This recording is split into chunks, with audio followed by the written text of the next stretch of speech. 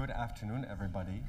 This is the hour after lunch, and this auditorium is very easy to doze in, as I know, based on my students' behavior sometimes, hiding in the back there. But we have so much accumulated brain power on this stage that I do not think that that is going to happen in the next hour and 20 minutes. Allow me to welcome all of you to the third panel today, the panel on truth. In the next hour and 20 minutes, we will provide you with the definition of what truth is. You do not need to take any courses in epistemology, ontology. In fact, our philosophy department will have been rendered obsolete. I am Milan Babík. What I will do is introduce each of our guests very briefly, since all of them already had participated in at least one panel this morning. So hopefully they're going to forgive me for skipping every detail. After all, they're probably familiar by now. And I'm going to begin with Paul Wilson, who's sitting to my left, who has translated many of Havel's works, also has first-hand experience with the Czech underground, having been a member of the Plastic People of the Universe, the famous rock band which was banned in Czechoslovakia in the 70s. And I'll give each of them, including Paul, 5 minutes to tell us, share their initial reflections on this theme, crisis of truth. So, Paul. Okay, so thanks for having me, Milan, and thanks for coming again, if you're here again. I want to make sort of, I guess, 3 points. One of them is, Havel wrote an awful lot about truth.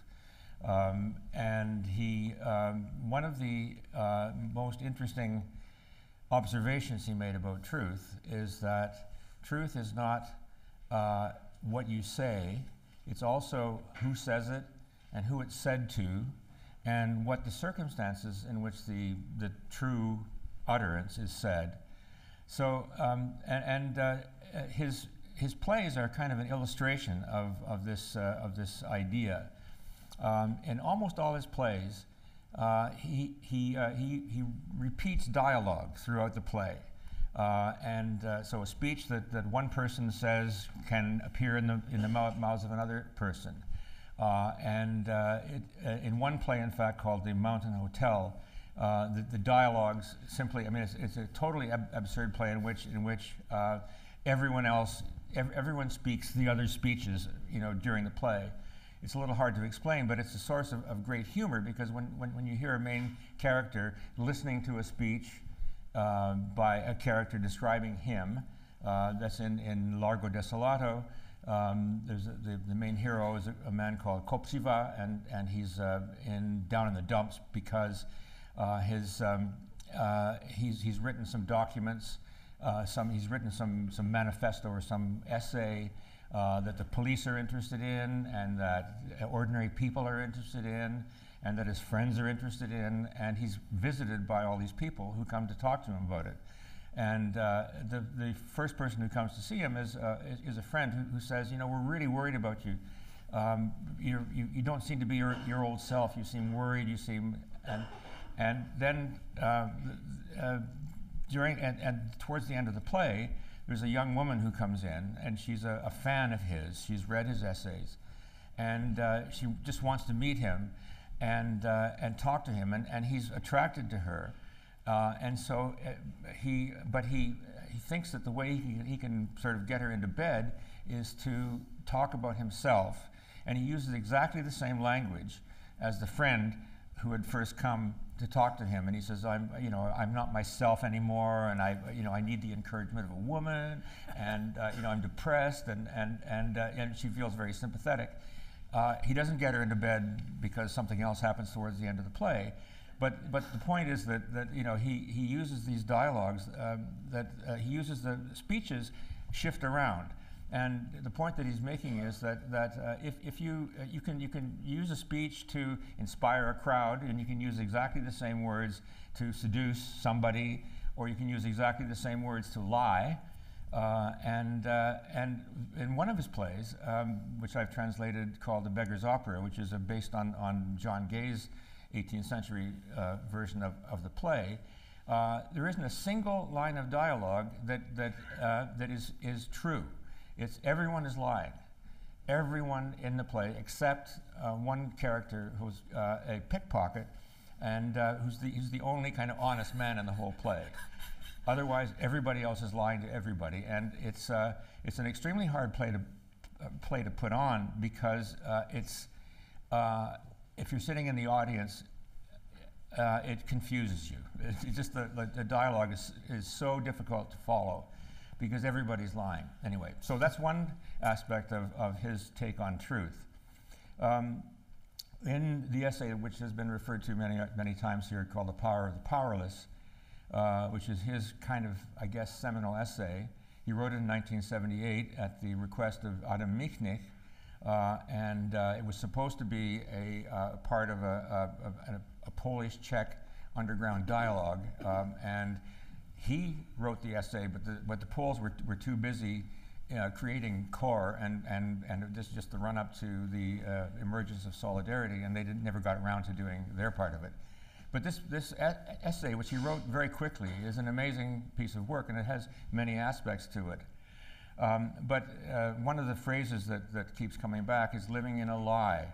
And the greengrocer who puts the sign saying proletarians of the world unite doesn't believe in the sign, but he's living within this larger lie. And I think what Havel meant by the lie was not just like a physical lie, something that's not true, but all of the institutions in the country were mendacious. They weren't real institutions. And this gets back to the way the communists actually took over Czechoslovakia, and the way totalitarian states insinuate themselves into normal democratic states. They attack the institutions. They take the institutions over one by one, and they hollow them out. They leave the form of the institution, but the function of the institution is no longer to serve the people. It's to preserve the power of the government or the state or the dictator. And so when Havel is talking about living in a lie, he's not talking about people not being honest with themselves or their friends. He's talking about people living actually in a state in which the lie has become the norm. And so his formula or his suggestion or his radical idea was that if you start rejecting the mendacity of these institutions in the world around you, you can actually start what he called a viral spread of truth through society. And that was long before the internet, and but it's like truth going viral.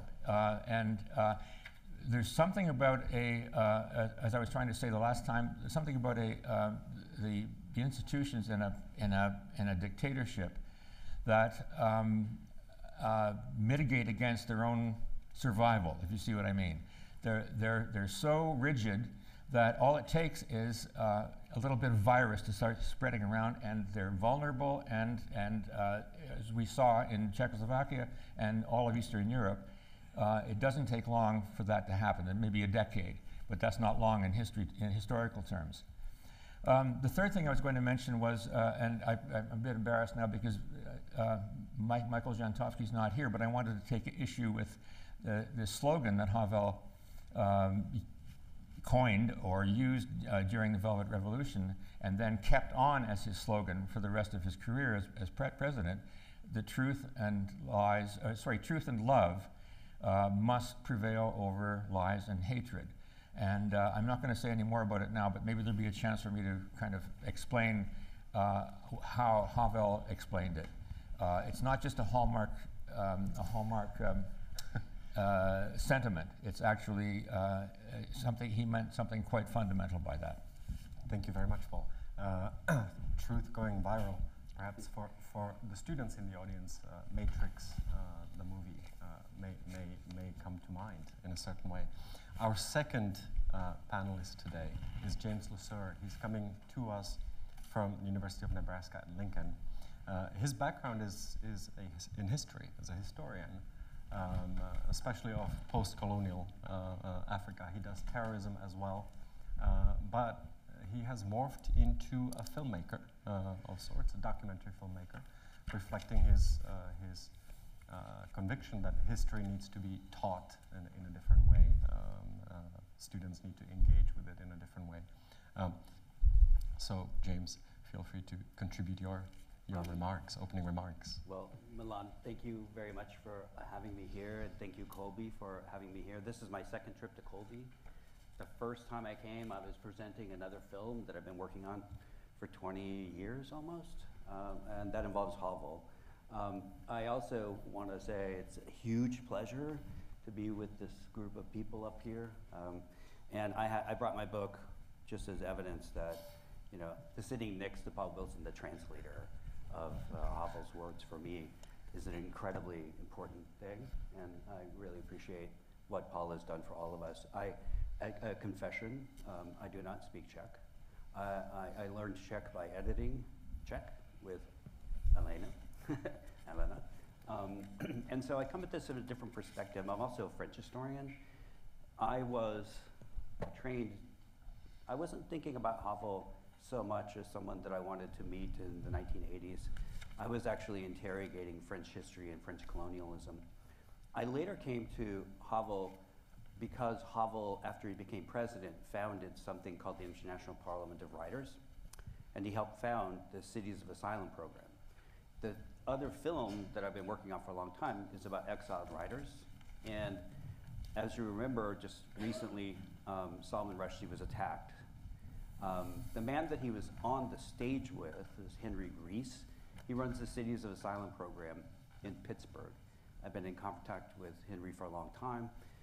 And the reason I was drawn to Havel on that question is because I wanted to have Havel's take on exiled writers from Muslim-majority states and how they tried to protect them. Now, what does that have to do with the truth? I think that when I was asked to comment on this panel, I ambitiously said, I'll do the truth. And then I started to reread Havel, and I realized that Havel actually doesn't talk about the truth as much as I thought he did. And it was actually much harder to come up with an argument because actually for him, just like Paul said, truth is about not living in a lie. And I think that, you know, Timothy Snyder's background in public history, public health, and that kind of thing, we're going to talk about this, I think, in the panel. I'm interested in this. I came from having just made a movie about Havel, and then the pandemic began, stopping my chance to get back to France to finish this other film about exiles.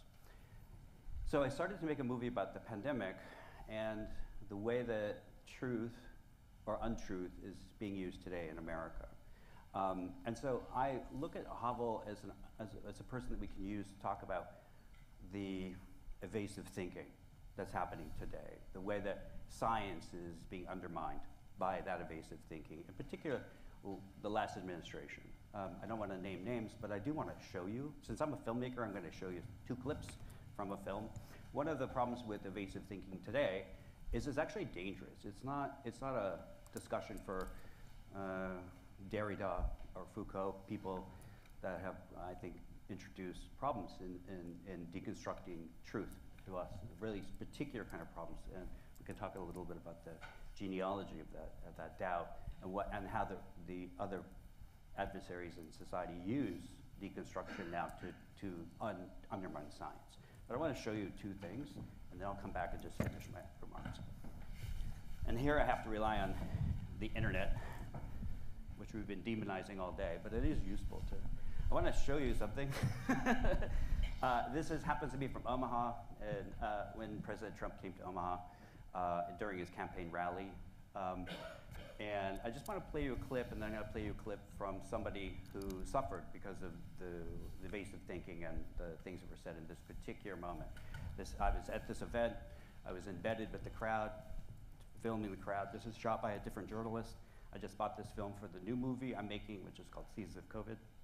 And I just want to play a clip because I think it summarizes the last couple of years in a really specific way. Hopefully it'll work. But you notice the fake news now, right? All they talk about is COVID, COVID, COVID, COVID, COVID, and we've made such progress, it's incredible. Excuse me, I'm here.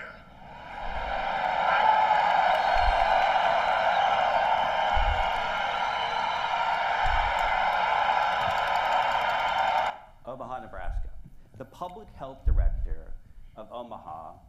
Her name is Dr. Adi Pour. She tried to stop President Trump from coming to this particular rally because of the public health directives that she was trying to implement. She couldn't do it because President Trump was landing in an airport and they couldn't determine the jurisdiction if it's Iowa or Nebraska, this particular tract of land.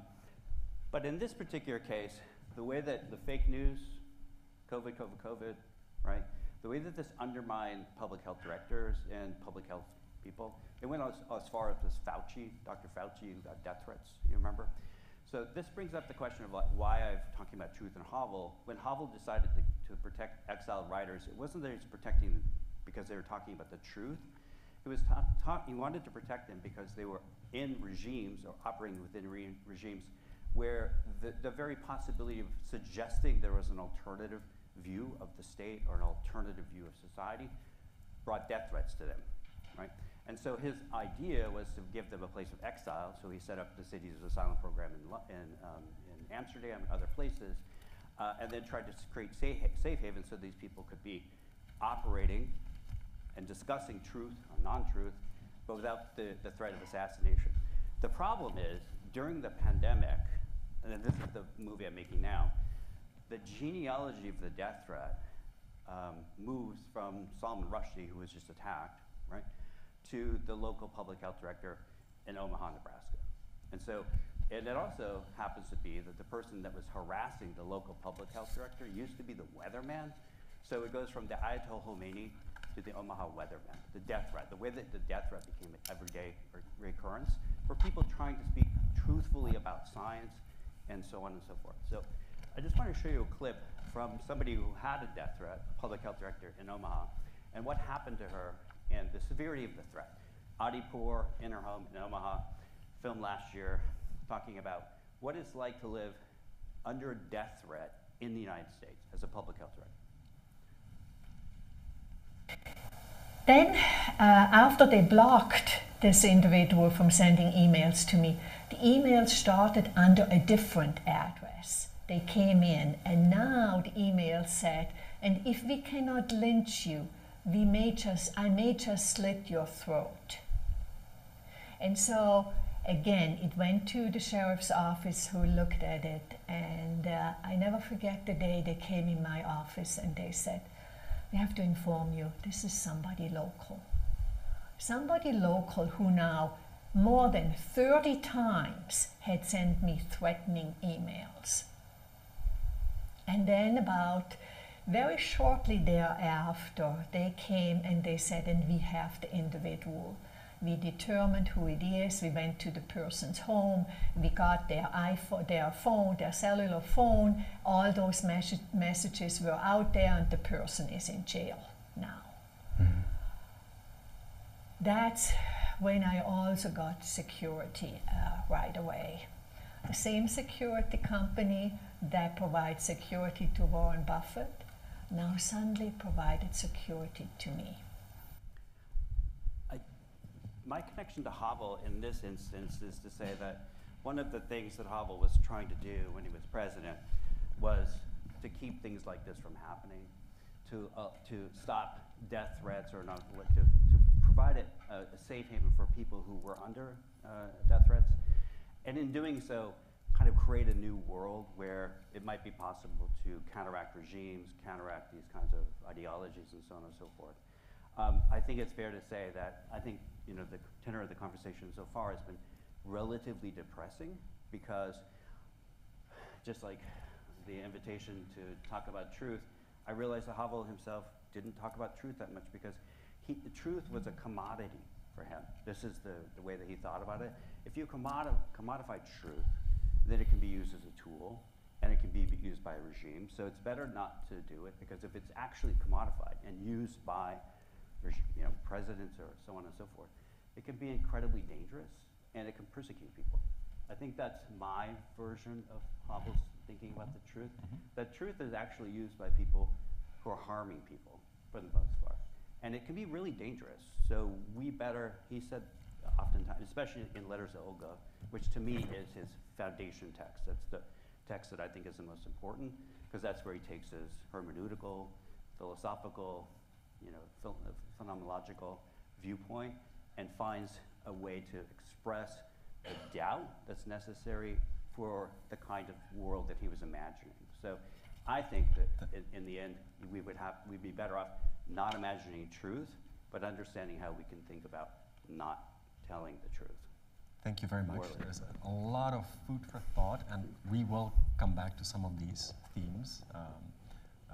The notion of truth as potentially kind of a totalizing discourse that for rightly or wrongly, is associated with totalitarian regimes, truth with a capital T and so on.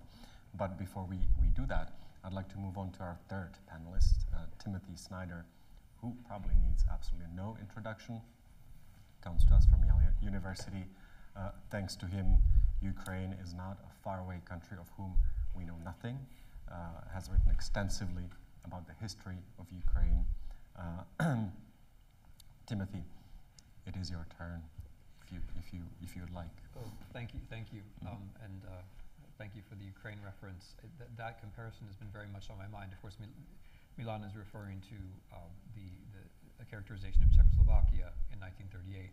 And I think we can say, to add an optimistic note, that we have done better with Ukraine in 2022 than we did with Czechoslovakia in 1938. And are we there, and I don't mean this aggressively, but are we there would include the Ukrainians. I think a lot about what would have happened in 1938, not only if the British and the French had behaved differently, but also if the Czechs and Slovaks had behaved differently. Personally, I don't think there would have been a Second World War, or at least the kind of Second World War which took place, which reminds us of the significance of small countries, and not just how big countries treat them, but the significance of small countries and the decisions that are made by a few people, including people that we might admire.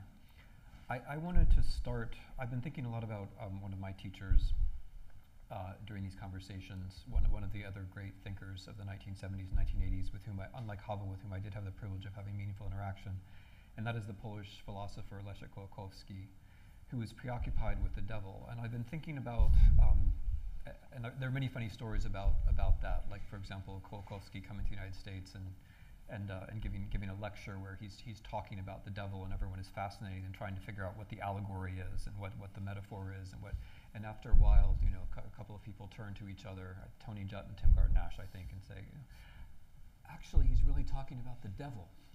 So I'm going to start by actually talking about the devil. I think that the charm of the devil is that the devil persuades us that lying is interesting. I think that's the way that the devil works. I think the magic of the figure of the devil in our literary tradition is to convince us that lying is interesting, that lying is more interesting than the truth. It's a bit murky what the actual lies are that are so interesting, but the devil himself, with his charm, with his power, with his rebellion, with the questionable nature of his existence, he seems to make lying interesting.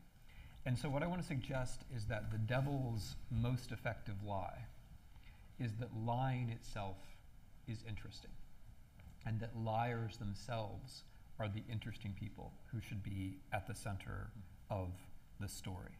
I want to begin with that because I think part of our problem is that we have ceded that territory, and that we've allowed the liars, we just had one of them on the screen, we've allowed the liars to persuade us that there is something interesting, fascinating, worthy of attention in the lying itself. And the case that I want to make in here, I'm following a bit on James. So I'm very happy to see here, and who I know is a historian, embarrassingly enough. I read your historical work when I was trying to come up with a class where I did African and European colonization together. One of the ways that lying is boring has already been suggested, which is that the liar is often just imitating the thing which is true. So there once really was something called democracy, but that thing was hollowed out and made fake. The communist example will serve. The 21st century example will also serve. So the communists, for some reason, had to have parliaments. They had to have law. One wonders why, right? But they did, nevertheless. They took institutions which could be, in some sense, true, and they made them into falsehoods. But what does that say about lying itself? That's not an interesting lie. That's an incredibly boring lie. It's a derivative lie. It's a parasitical lie. It depends upon the truth. It has no creative content of its own. And one could look at the 21st century example of the Putna regime, which is very much on our minds for understandable reasons, and say, yes, it's just taken that to the logical extreme. The Putin regime doesn't even pretend to have new ideas. Late communism had new ideas, but at least pretended to have a new idea. The Putin regime doesn't even pretend to have new ideas. It actually says, we are just making fun of you. We are just parasitical upon your institutions. All we are doing is getting inside you and making fun of you, right? And we do this by lying all the time. But are those interesting lies? And why do we imagine that Putin is so interesting? And why so late in the day when it's obvious that in this war it's actually the Ukrainians who have been the interesting ones and the Ukrainians who have been telling the interesting truths about the world? Why do we still have articles which are things like, what is Putin's next move in Ukraine, right? And I think it has to do with that fascination with the diabolical. I think we have a weakness in democratic countries or in our tradition with the diabolical. I think we have a soft spot for the father of lies. We want the lies to be interesting. But what if they're not? What if the lies are actually not interesting? And what if our problem is that we think the lies are going to be interesting? What if the truth is, and what if one of the things Havel was trying to show us was that the lies are actually uninteresting? And I think part of Havel's achievement is to show that the lies are uninteresting and that the truth is actually the interesting thing. Which brings me to the third point I wanted to make about how truth could be interesting or why truth is interesting. And here again, I'm following very much on James's argument. The truth is interesting when it involves risk, right? So the reason why we have freedom of speech is not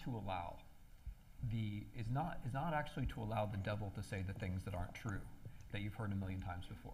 If you listen to freedom of speech debates in the United States, you might think the whole purpose of freedom of speech is to allow very wealthy people to say things that everyone knows is not true over and over again. But that's not actually the purpose of freedom of speech. And freedom of speech has a purpose.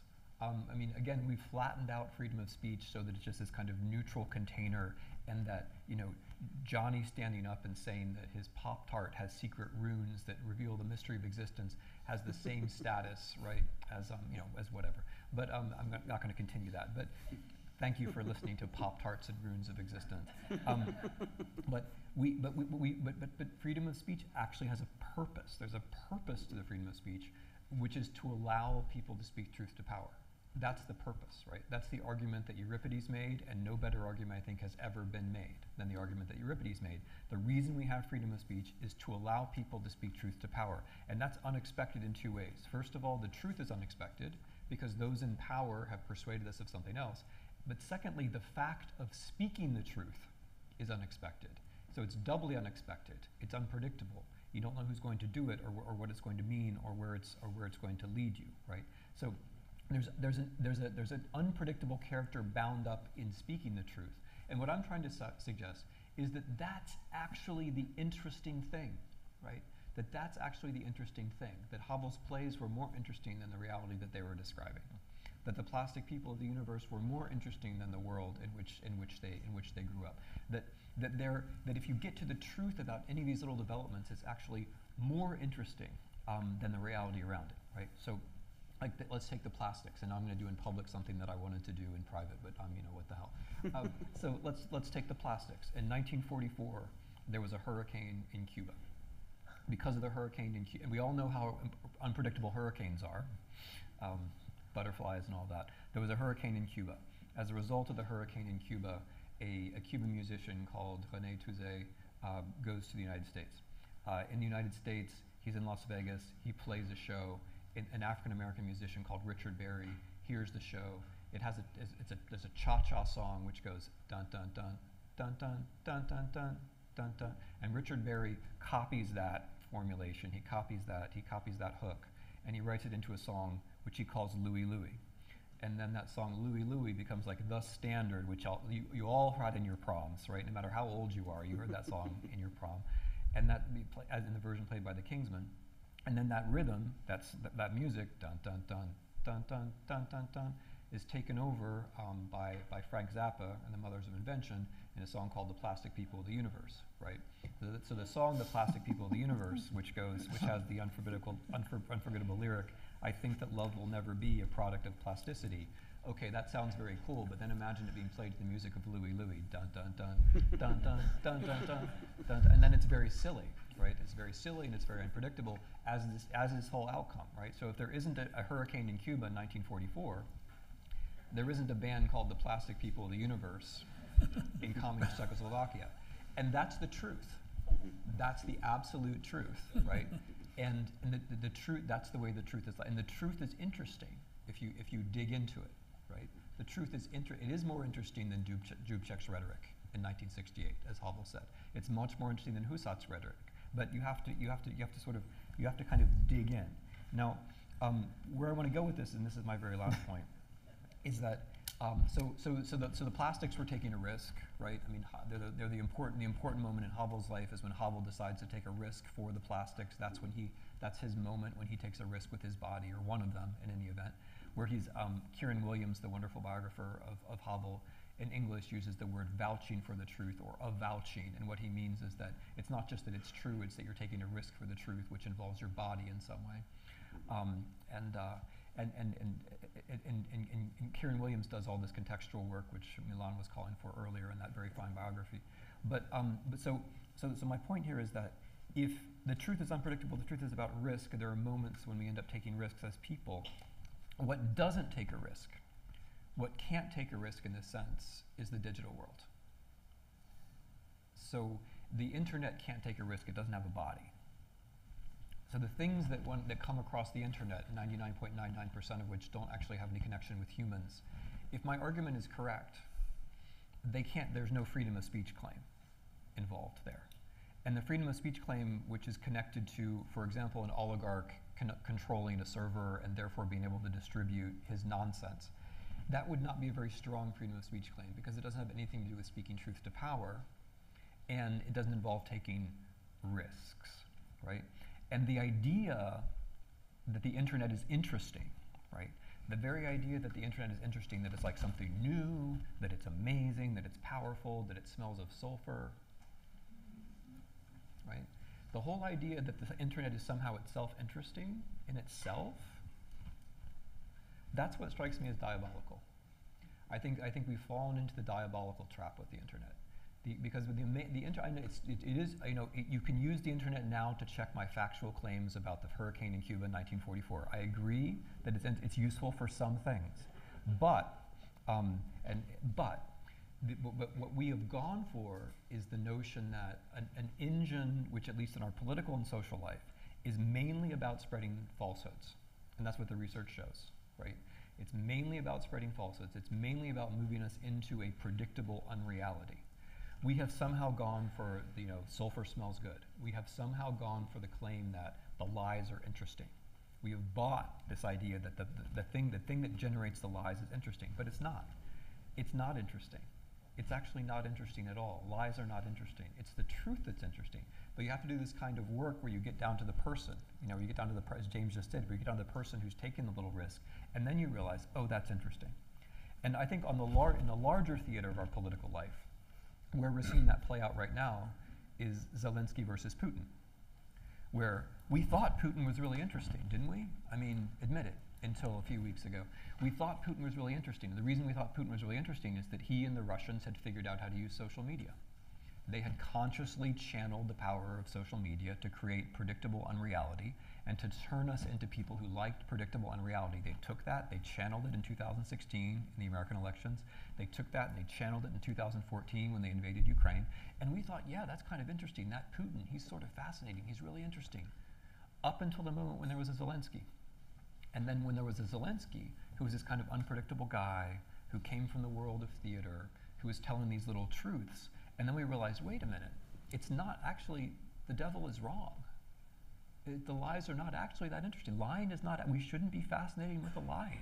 What we should really be fascinated with is the people who find a way to speak truth to power. We should be fascinated with the people who find a way in context, who find a way to take a risk, who find a way to say these interesting little things that turn out to be true, in which they're vouching, which they're taking risks for.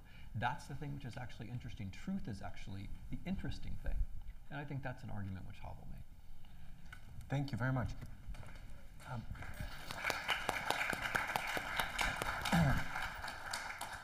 A show of hands. How many of you actually knew of the role of the 1944 hurricane in Cuba in the lyrics of the Plastic People of the Universe? And really, insofar as the Plastic People of the Universe were one of the catalysts for the change in communist Czechoslovakia, really, the hurricane in Cuba as a factor in the end of communism in Czechoslovakia. So how many of you? I'm just going to make one observation. Tim told us a really interesting story, which was factual. Right? And I'm going to suggest to our panelists that perhaps truth is a function of storytelling and how you put those facts together. I had no idea about the hurricane, but it is a factual story.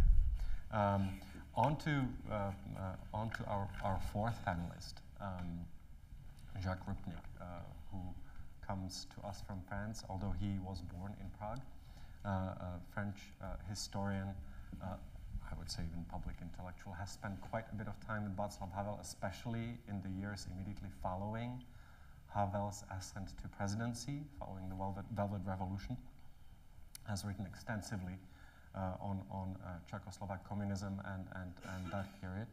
So Jacques, please jump in. Thanks very much. Coming last, you feel everything has been said, but not by me. So, I have to try to follow this. Maybe I should start where Paul, you've returned to this Havel's motto, love and truth must prevail over lies and violence. Yes, and there can be a debate about must, should, how you interpret that, okay. No, I just remember that a year after he said that, he sent me a New Year's card in which it was, love and truth must prevail over violence and lies, ... Achio, exclamation. Oh dear. Yes, he was, I think, quite aware of, there was a moment. Hatred. Sorry? It's lies and hatred. Oh, sorry, sorry, no, thanks for the correction. And I think that this, I was reminded of that when you made the point about what this meant. You could make a similar point about living in truth. Havel didn't invent this expression. This is from Egon Bondy in his 1976 novel, Shaman. And there, Shaman, there is a character who asks Shaman, do you live in truth? And the translation is, I do. And, but the Czech is, Šamane, žiješ v pravdě? And the answer is, žiju. Much more ambivalent. I live. Yeah. Because it can mean I do, it can mean I live. And I think, okay, you have the ambiguity there. Bondy, years then, the following year, I think used it also in his 76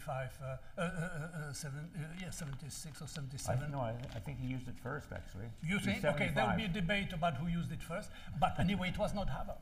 And so when Havel uses it, he's already using a phrase that has been around in that circle, except that precisely as Bondy has made the ambiguity, Havel is aware of the ambiguity. And he uses throughout the essay, the living in truth is always in inverted commas. Always in inverted commas. He uses it, I don't know, 100 times in the piece. It's always in inverted. And I think that this is,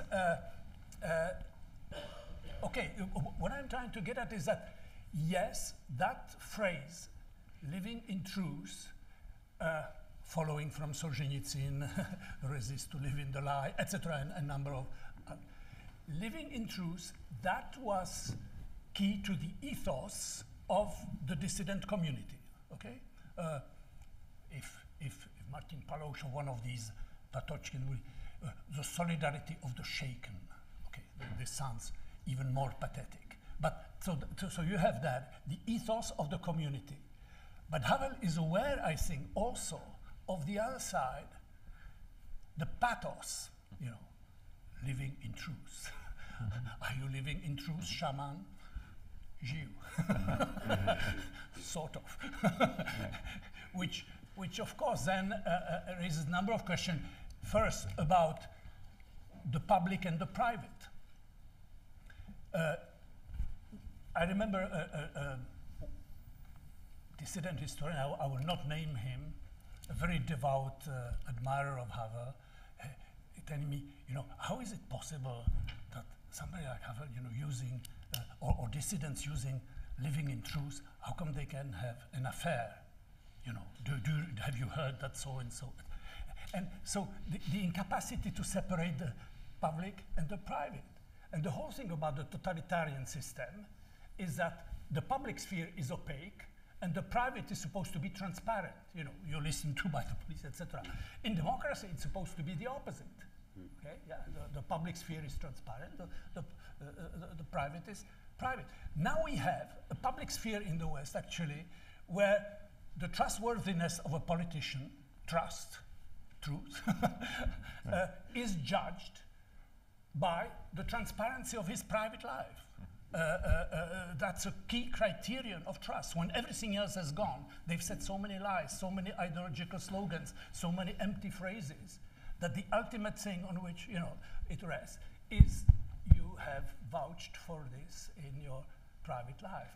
And that's a very dangerous path, of course, because then the public becomes sort of opaque with all sorts of information manipulation, etc. And the private becomes the criterion on which you base your trust. The other point I would make about the living in truth is that this is said in a context when, as has been pointed out, there is a system and there is the big lie, the Orwellian big lie. The whole system is based on that. And you cannot understand the greengrocer story without that having in mind. So that is the context, but and of course the whole dissident movement is related to that. But then, when after 1989, you move into a different context. You move into a liberal pluralist democracy, and that changes.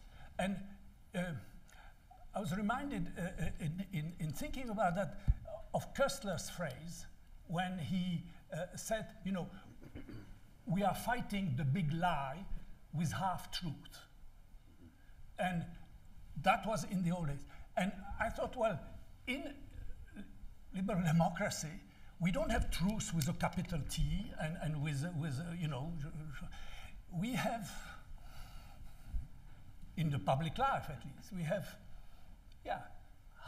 often half-truth, semi-truth. And I remember a conversation with Havel when I mentioned that, and he said the only rule is not to say a lie publicly.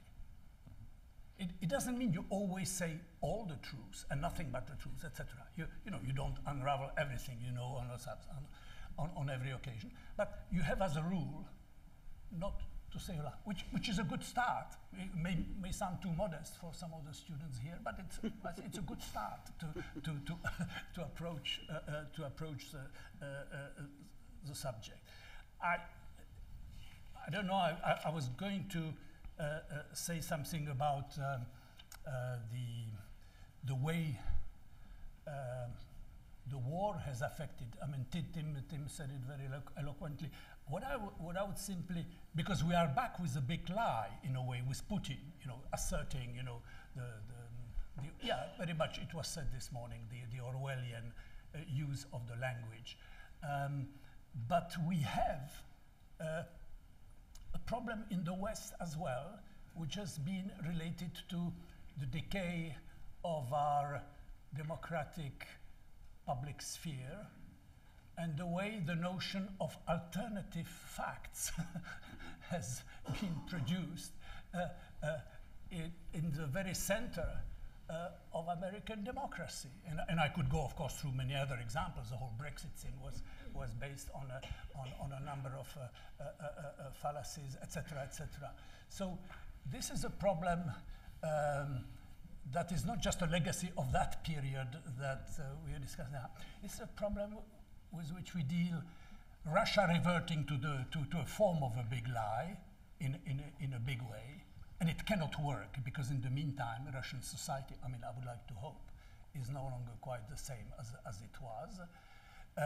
But we have a problem in our societies as well. So that's the difficulty. I don't have time now but a final word, since we are in an academic environment, and I myself actually teach in an academic institution. We've had in academia a trend. Some people think it has started in France with Derrida and a number of people like that, the whole deconstruction. And it's intellectually very interesting, theoretically, extremely stimulating, what have you. But it has introduced this idea that everything, we no longer have facts, we have narratives.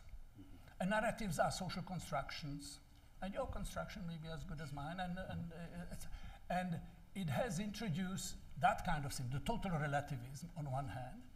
And then we have this second thing that has happened to academia, and that has to do with our subject. And that is, what has been put under the heading of cancel culture. There are certain things that do not correspond to what we think is appropriate for students to read, or the things like that. And you have, from both sides of the spectrum, actually, on the right and on the left, you have lists of things that are to be avoided.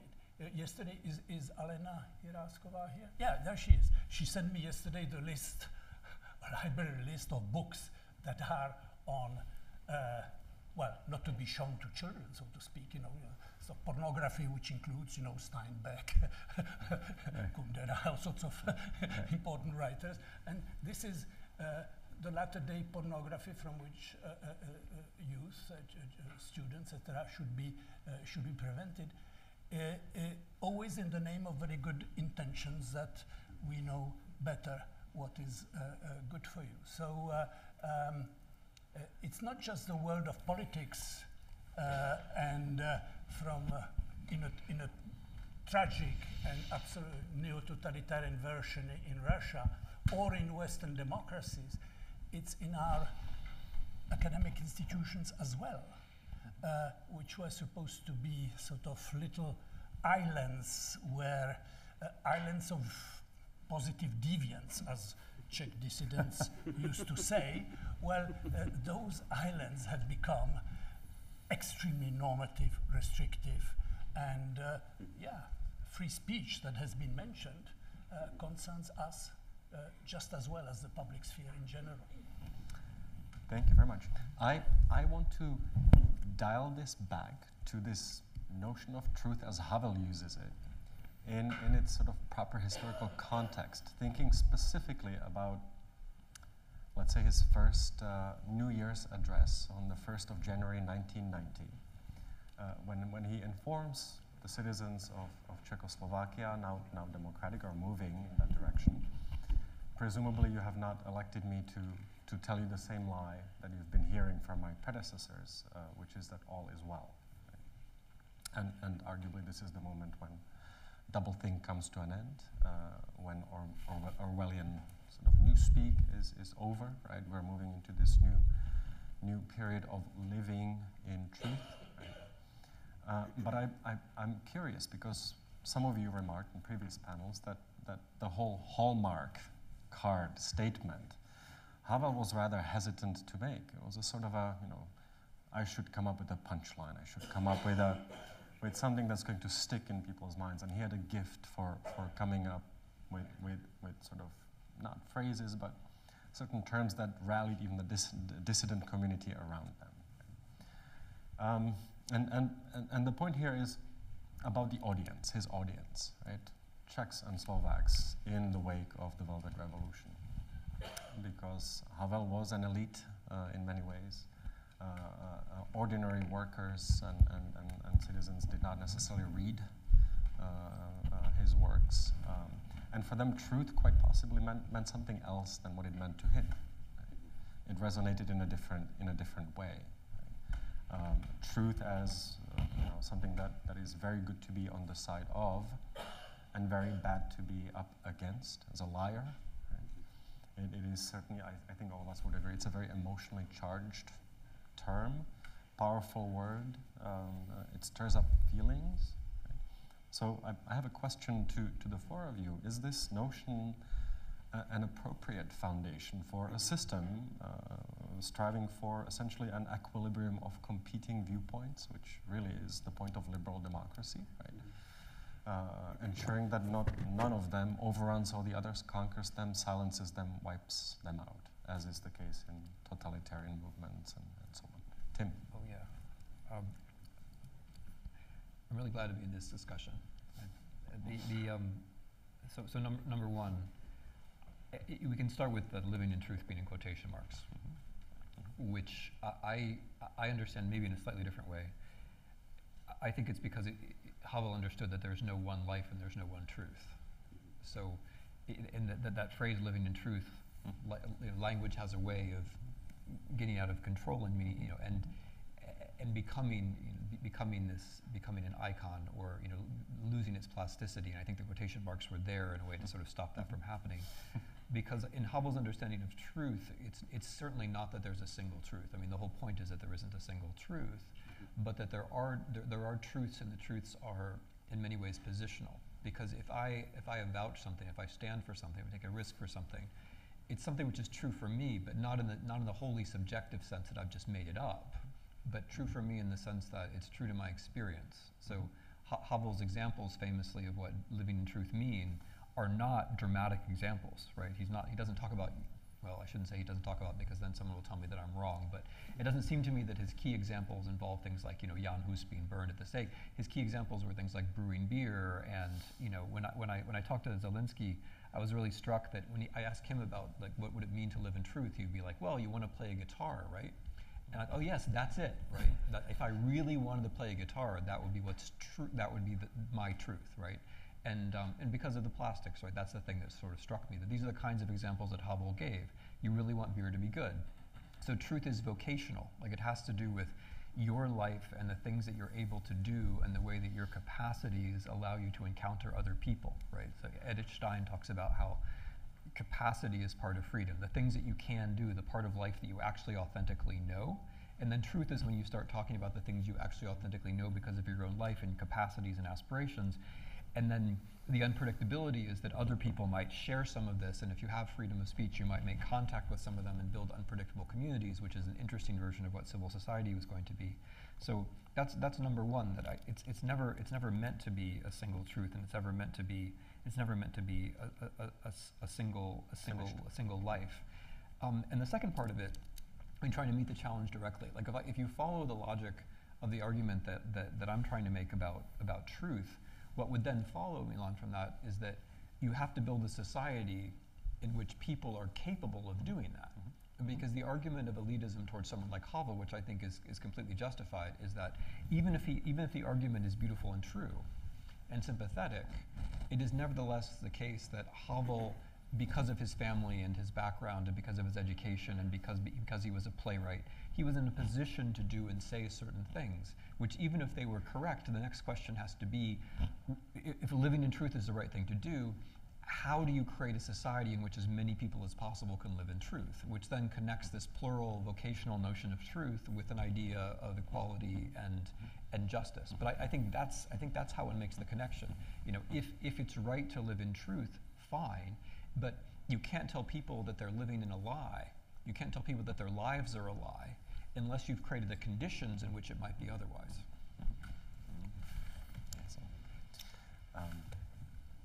We are at a point where we have about 20 minutes left, and I would love to go on moderating this discussion, but I think all of you are more or less anxious to start asking questions, and I would hate to deny that opportunity to you. So if there are questions from the audience, and I can see several hands going up, please feel free.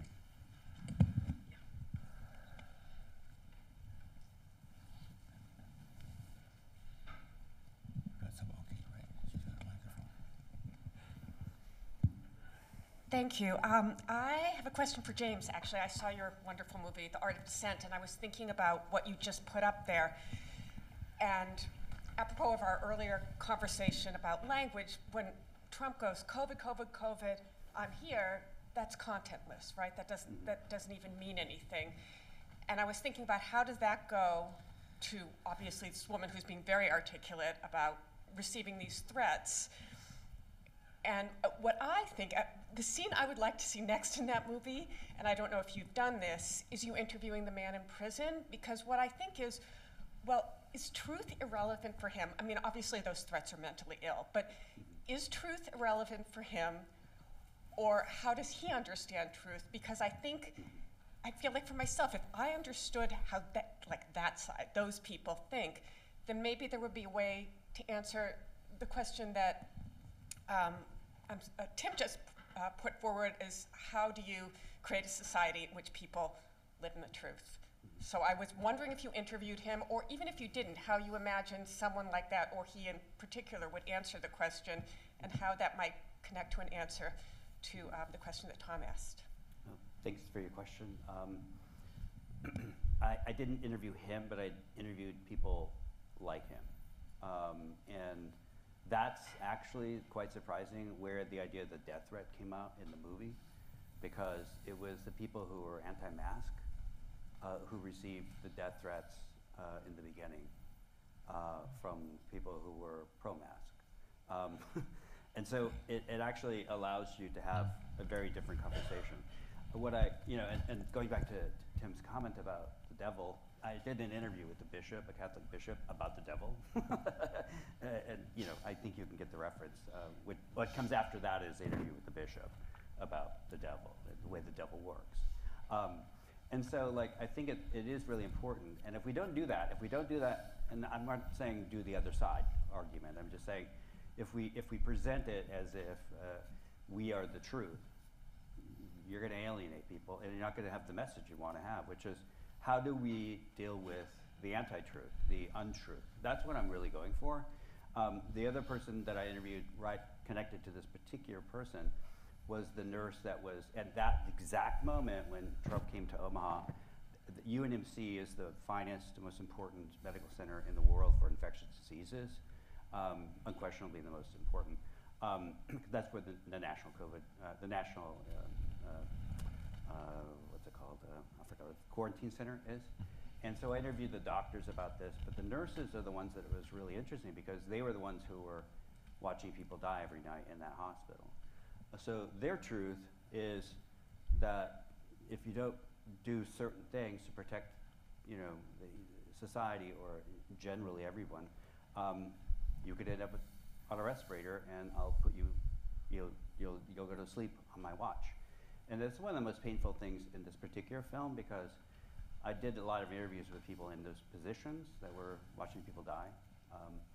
And that truth is a result, I think, in many ways, of the other part, the stuff that was said publicly by people on the screen, that were denying the kinds of responsibility that was necessary to get us through the pandemic. The problem is that, and I see it, like the casualty of this whole thing has been the truth.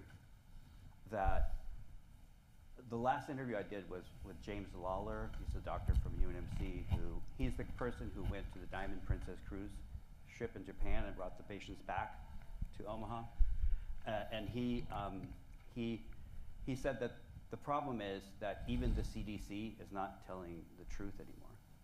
That they are practicing public health malpractice, because they know what the science is, and they're not doing it. So I think the greatest fear, or the greatest problem for us now, is if the next pandemic, when it comes, we are so unprepared. We're even more unprepared than we were before, because of all this stuff that happened. And so I do think having the other side is important. And it also humanizes, because they had death threats too. In fact, the first death threat, actually, during COVID, was the Diamond Princess evacuees. They had death threats coming into the United States because people thought they were bringing a virus here. And so I've done interviews with those people that were evacuated. And those death threats came out of California from their community in LA, which is a very liberal community. That's where the first death threat came. I don't know if that answers your question, but the other side is really important, but that's actually, it also reveals the problem because even they are getting death threats. And we have to figure out another way of having business in society than responding to a crisis with these kinds of issues. We've got to get back to the civil discourse, and I think that's where Havel comes in. You know, the civility of it, right? Thank you for your question.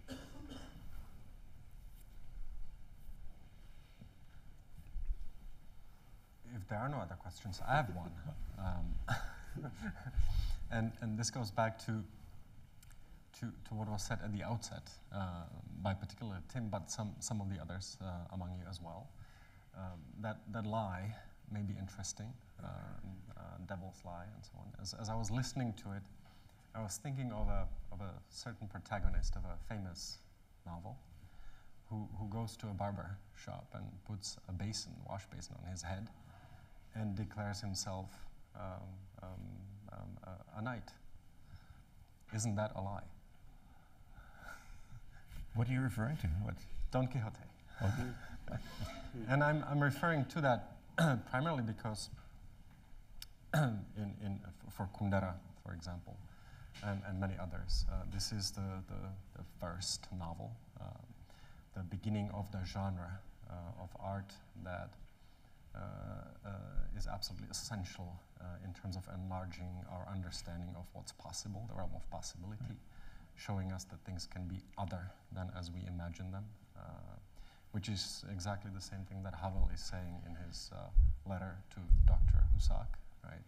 Well, Don Quixote was, sorry. But to silence one voice in the dissident movement is to do irreparable damage to the secret life of society, right?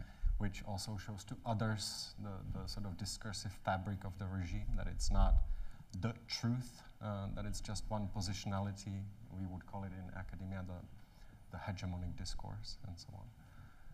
So isn't perhaps truth a kind of lie that has to turn itself into truth later on, or is this something that we can only really assess in retrospect? And we are talking about Havel in retrospect, in the rearview mirror, right, and so on. I'm just curious. Well, I mean, there may be no I'm just vocalizing. Well, Don Quixote was crazy, right? I mean, that's the whole point of the book, is that he was reading these crazy romances. It was under the influence of chivalric literature. He believed what he was reading, and decided that he was going to become a knight errant, and got a horse, an old nag, and an equerry, and he went out and tilted with windmills. I mean, but in some ways, right, this is the sort of argument that many were raising to the dissidents. You're just fighting windmills, right? But they had to stay committed to that. Yeah, live in truth, right? In the dissident era, there was no public argument. So I mean, the dissidents were doing their thing, and the other people who criticized them were sort of doing it into their beards. I mean, there was no public discourse. And this is one thing that I, in our tradition, and I'm talking about the West, the notion of truth is something that you arrive at through argument. You have a government and an opposition. You have a prosecuting attorney and a defense attorney, and they argue in public, and and then the jury decides, that is the public, decides where the truth is, and it's a really good system. It's if it works. And one of Havel's first essays was on the theme of an opposition. I mean, he realized that the Czech Communist Party was trying to reform itself, but it wasn't going far enough. And it wasn't saying, what we need is an opposition. We need people to argue against us. They weren't saying that. And Havel was saying, as long as you don't have someone to argue against you, you're not going to arrive at any kind of truth. And your reforms are a sham. I'd like to keep the sort of discourse within the bounds of kind of how we really do things in public, or how we really should do things in public. Okay, I've said enough. Let other people. Well, going back, Or- I'm also thinking of. Yes. Sorry. Okay, I mean, I started with this conceit of the devil, and you didn't have to believe in the devil to understand what I was trying to say. I mean, maybe there's some group in the audience who now does believe in the devil that didn't before I talked about the devil. But there's this important difference between fiction, like the word fiction has itself become contaminated, I think, right? So like we now use fiction to talk about things that aren't true, that are on the internet, like that's a political fiction, for example, and that is how to delegitimated the novel, I think, because the fiction is where we put novels, whereas in fact the point of novels is, or one purpose of novels, I don't want to be pretentious and all embracing, but one purpose of novels is to help us to see the truth. It's to pluralize our brains so that we can't see other things. But the point I want to make in response to your exchange with Paul is that I think that the issue of the process of truth has to be pushed even further than that. I think Havel's position is a kind of last-ditch position. When you don't have the institutions that are necessary to produce everyday truth, your last-ditch position is there is truth and one ought to pursue it in the little ways one can. And at the end of Power of the Powerless, when he talks about how the position of Czechoslovakia in the 1970s is actually a warning for the West as a whole, and that we're an industrial modern society and other places are going to catch up with us, like that's a part of the essay that I think no one in the West even could vaguely understand, but which I now think is true, that we are also in a sense in that last-ditch position where, I mean, picking up on some things what Jacques said, we are now pushed to the point where we have to say, like, actually, wait a minute, there is such a thing as the truth, and maybe let's try to show what the truth is through our example, and like defend the position that there is a truth. And the reason why, I mean, not that our situation is in every way, I wouldn't want to say that, but the reason why is that truth requires more productive effort even than just political parties that are different and disagree, or parliamentary procedures. It requires institutions where the ethic of truth is part of their daily practice. I mean, a very simple example is investigative journalists. We spend in this country, again, following up on something Jacques said, we spend in this country all day talking about the news. And so you would think that we would actually pay people to go out and figure out what the news is, but we don't at all. We have a few thousand investigative journalists for a country of 300 million people, right? We've cut off and basically destroyed the entire industry of the people whose everyday practice was pursuing the truth. And so if you don't have the everyday practices, then by the time you get to the parliamentary debates or the presidential pronouncements, it's already too late. You've already lost, because the public is never going to have a chance of pushing back and living in truth, because the institutional background that generates the truth is not there. And so Adam Michnik in prison wrote that the most dangerous people are the ones who believe in one truth or zero truths, right? And that's where we are, right? So it's not that there's no truth, but the backup can't be, the backup can't be, oh no, there is one truth. That's not it. There are a million truths, or a billion, but most of them haven't been discovered, and the tragedy is are not being discovered. They're not being discovered. The water is not just killing people in Flint, Michigan, right? Or in Mississippi. The water is killing people in other places, but we don't know because there are only 2 environmental reporters in the United States. Okay, that was a factual claim, so I want to put a hedge around it. Plus or minus, there aren't that many left, full-time environmental reporters. My claim is there are not very many left, and there used to be more, okay? There are whole states that have no full-time environmental reporters.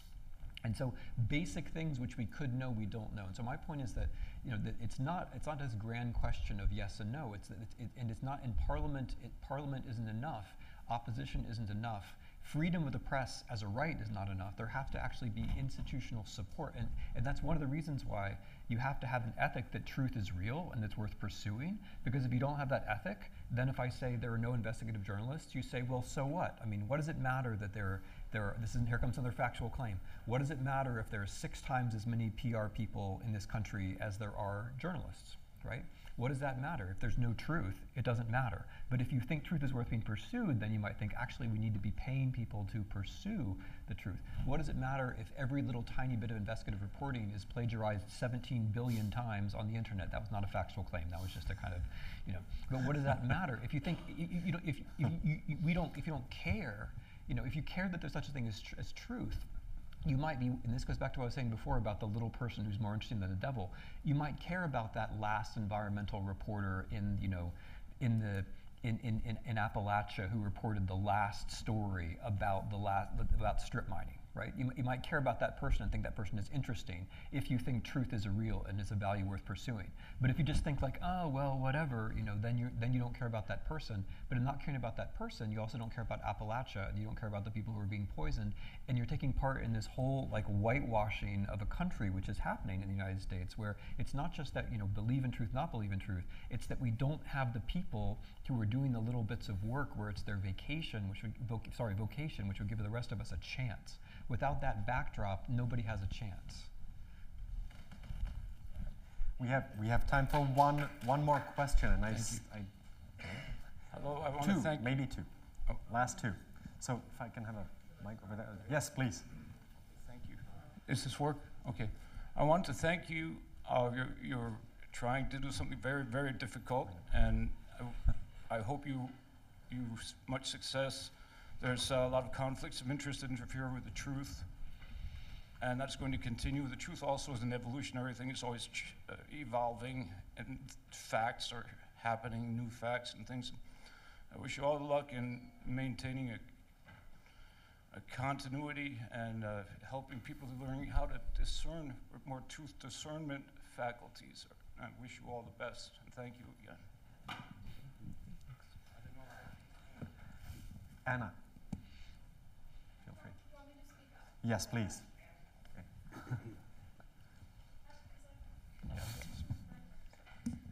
So someone, I don't quite recall who it was, someone said, we have a fascination with the diabolical, I think it was you, but that was actually the devil speaking through me. So I'm one of the ones you converted to believing in the devil, but anyway, so you said we have a fascination with the diabolical, but I kind of want to push back on that. I think when we, at the conception of a diabolical narrative, do we consciously have a fascination with the diabolical, or is it on a subconscious level? I don't think I've ever met someone who consciously takes something at face value as something diabolical or untruthful. I think it's more of a subconscious thing. Yeah. And can you just speak a little bit to the fight between subconscious human behavior and then what we do consciously? Yeah. And when I say we, I mean American collective, global collective. When we're talking about Trump, it's more of an American collective, I guess. But yeah. So I'm with you. I mean, what I was riffing on in my little introduction. What I like so much about these panels, aside from that I get to keep the company that I'm keeping here, is that the things that we're talking about, we're throwing out references and contexts, some of which are pushing me back into in this case, back into the 1970s and people who mattered in those milieu. And that's a way that conversation is better than the internet. Like if I had been, I'm no better than anybody else with the internet. I get addicted, I followed it. But I would never have thought of like Leszek Kolakowski and the devil. That's not something I planned, right? It'd be hard to find the algorithm which leads to the place where I tell you about the devil and you say I'm converted, right? That algorithm is not out there, but it happened in life, and I think there's something beautiful about that, and therefore beautiful about conversation. What I was playing with was the idea of the devil as the great deceiver, right? So we all know that the devil is the great deceiver, and I was trying to go one level deeper and say, but his great deception is that deception is interesting. So when we see him as the great deceiver, we think, okay, we know who he is. He's the great deceiver. We've got him in a box. But we don't have him in a box because we actually like that space inside the box. We like the fact that he's the great deceiver. That's his charm, right? And so when he's portrayed, as the cosmopolitan who you can't pin down, or when he's portrayed as being dressed very well, or as being seductive, whatever it might be, we're buying in somehow to this idea that the lie is interesting. And I agree with you, we're not saying it. This is how, so it is, to use your word, it is subconscious, but this is how it works. So I'm not saying that people writing for the great foreign policy and foreign affairs journals or the mainstream press in my country consciously think Putin is interesting because he lies all the time. I think, however, that they have fallen for something. And I was trying to use words, going back to our earlier panel, I was trying to use the word diabolical and, you know, to draw attention to that thing, give a name to that thing that I think that they have fallen for. So I agree with you. It's more about how, it's about the things that are prior to the moment where we take things in. If we have already allowed ourselves the notion that the lie is seductive, then the liar might seduce us, right? And so so I'm fighting against that. I'm saying, actually, no, the guy's not interesting. He's not interesting. You know, that particular guy is not interesting. The devil's not in that. It's you know, it's a shtick, and it's actually, you know, it's the public health official who's interesting. It's the Zelensky who's interesting. It's the green, you know, not the greengrocer until maybe the very end, but you know, it's the person who does the unpredictable thing who's actually interesting, who's going to end up generating the novels and so on and so forth. Can I just say one more thing? Last word, yes. Last word? Well, I hope it's not the last word, but I just wanted to on this panel. I wanted to come back to this notion of truth and love must or should or ought to prevail over lies and hatred, and what Havel really meant by that. And I think it's important. I mean, he got a lot of flack, and in fact, people still make fun of him today. And you could if, you know, notionally divide Czech society into those who are the pravdolaskaři, the people who believe in truth and believe in what he says, and the others. But what he meant was that if someone is telling you something and he really has your interests at heart, then the chances are that he's telling you something approximating the truth. If someone is telling you something out of hatred or contempt for you and your interests, then you can almost be certain that he's lying, no matter what he says. And this is, I think, an important distinction, because if you, I mean, love, I don't think he meant love in any erotic sense. He meant it more in the biblical sense of concern for others. So truth is said in the interests of others is something that must, if we are to survive, prevail over people who tell you things out of contempt for you. And that's how I would come back to Žantovský's criticism of that particular statement. So, I would like to thank all our panelists for their insightful comments.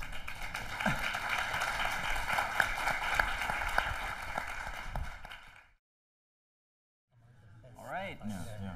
Welcome back, everybody. And we're really thrilled to have you back here for our last panel, going from speaking of the devil in the last one and the question of whoever sent the death threat. I think that makes a nice segue for today's last topic, which is kindness. Because our opening remarks have sort of gotten out of hand in terms of the length, I'll do my part and be very brief this time. First off, again, I'd like to ask each of our panelists for a brief opening statement. I'll just introduce Professor Marci Sueur, just in one sentence.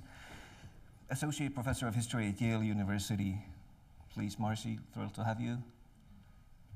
Would you say something about kindness to get us started? Yes, absolutely. Well, I'm going to start with the devil, because Vladimir and I were just talking about the devil. I think this is not working. Let me try again. Is it working now? Can you hear me? Okay. Yes.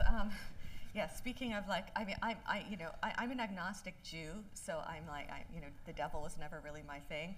But I have to say, there have been moments, like recently, when I have doubted that, and one of them was when Margarita Simeonova, Putin's, spokesperson, propagandist, she got up on television at the Petersburg Economic Forum and said, "Vся nadezhda na golod." All our hope is in famine. Just like that, like openly, like shamelessly blackmailing the whole world. And I thought, my God, I'm a historian. That's the kind of thing like we would have spent months, if not years, digging around in the Politburo archives looking for a little scrap of paper for like somebody actually admitted to something like that. And now you just shamelessly proclaim it to the whole world, like, yes, I am the Antichrist. You know, this kind of obnażenia, this kind of like, it's all laid bare, which I think is part of post-truth. Okay, but we're supposed to not talk about the devil now. We're supposed to transition and talk about kindness. Ideally, look for the opposite, right? Kindness. Right, yes. That like. It's an attractive theme. Everyone wants to continue about devil. We are about talking about devil all the time. There are moments that are just chilling. Like there are moments, right? Okay, but so let me say something about kindness, Havel and kindness, and I want to talk about that from the point of view of Havel as a writer and from the point of view of empathy. Because one of the things I was thinking about this morning, both in terms of Havel's relationship to the greengrocer, Havel's relationship to the brewmaster, like one of the things that comes out in audience is not that, Vaniak is being unreasonable, he should write the reports himself, or he's being reasonable, of course he's correct, he should not write the reports, but that while he's taken a position that he feels he needs to take for himself, he's enormously empathetic to the brewmaster. And the brewmaster is the guy, is kind of the greengrocer, right? He's the guy who's going along with things. He's not evil. He's definitely not the devil. He has no sadistic inclinations. Sure. He doesn't want to hurt anybody. He's putting that sign in his window. He wants to be left alone. There's moral ambiguity. There's huge moral ambiguity. There's huge moral ambiguity about the greengrocer. And so one of the things that's so remarkable about that essay, and why I obsessively have come back to it for the past 30 years, why all my students have to read it, is that exposure of the moral ambiguity and the sense the greengrocer is putting the sign in his window saying, "Workers of the world unite." He doesn't believe the sign. And the students at first think, oh, in a kind of Sartrean sense, he's living in bad faith. Because he's proclaiming an ideology that he doesn't really believe. But what I tell them is like he is living in bad faith, in Sartre's sense of self-deception and evasion of responsibility. But what he's fooling himself about is not that he believes in communism. He knows perfectly well he doesn't believe in communism. What he's deceiving himself about is his powerlessness. That's the bad faith, because he's actually responsible.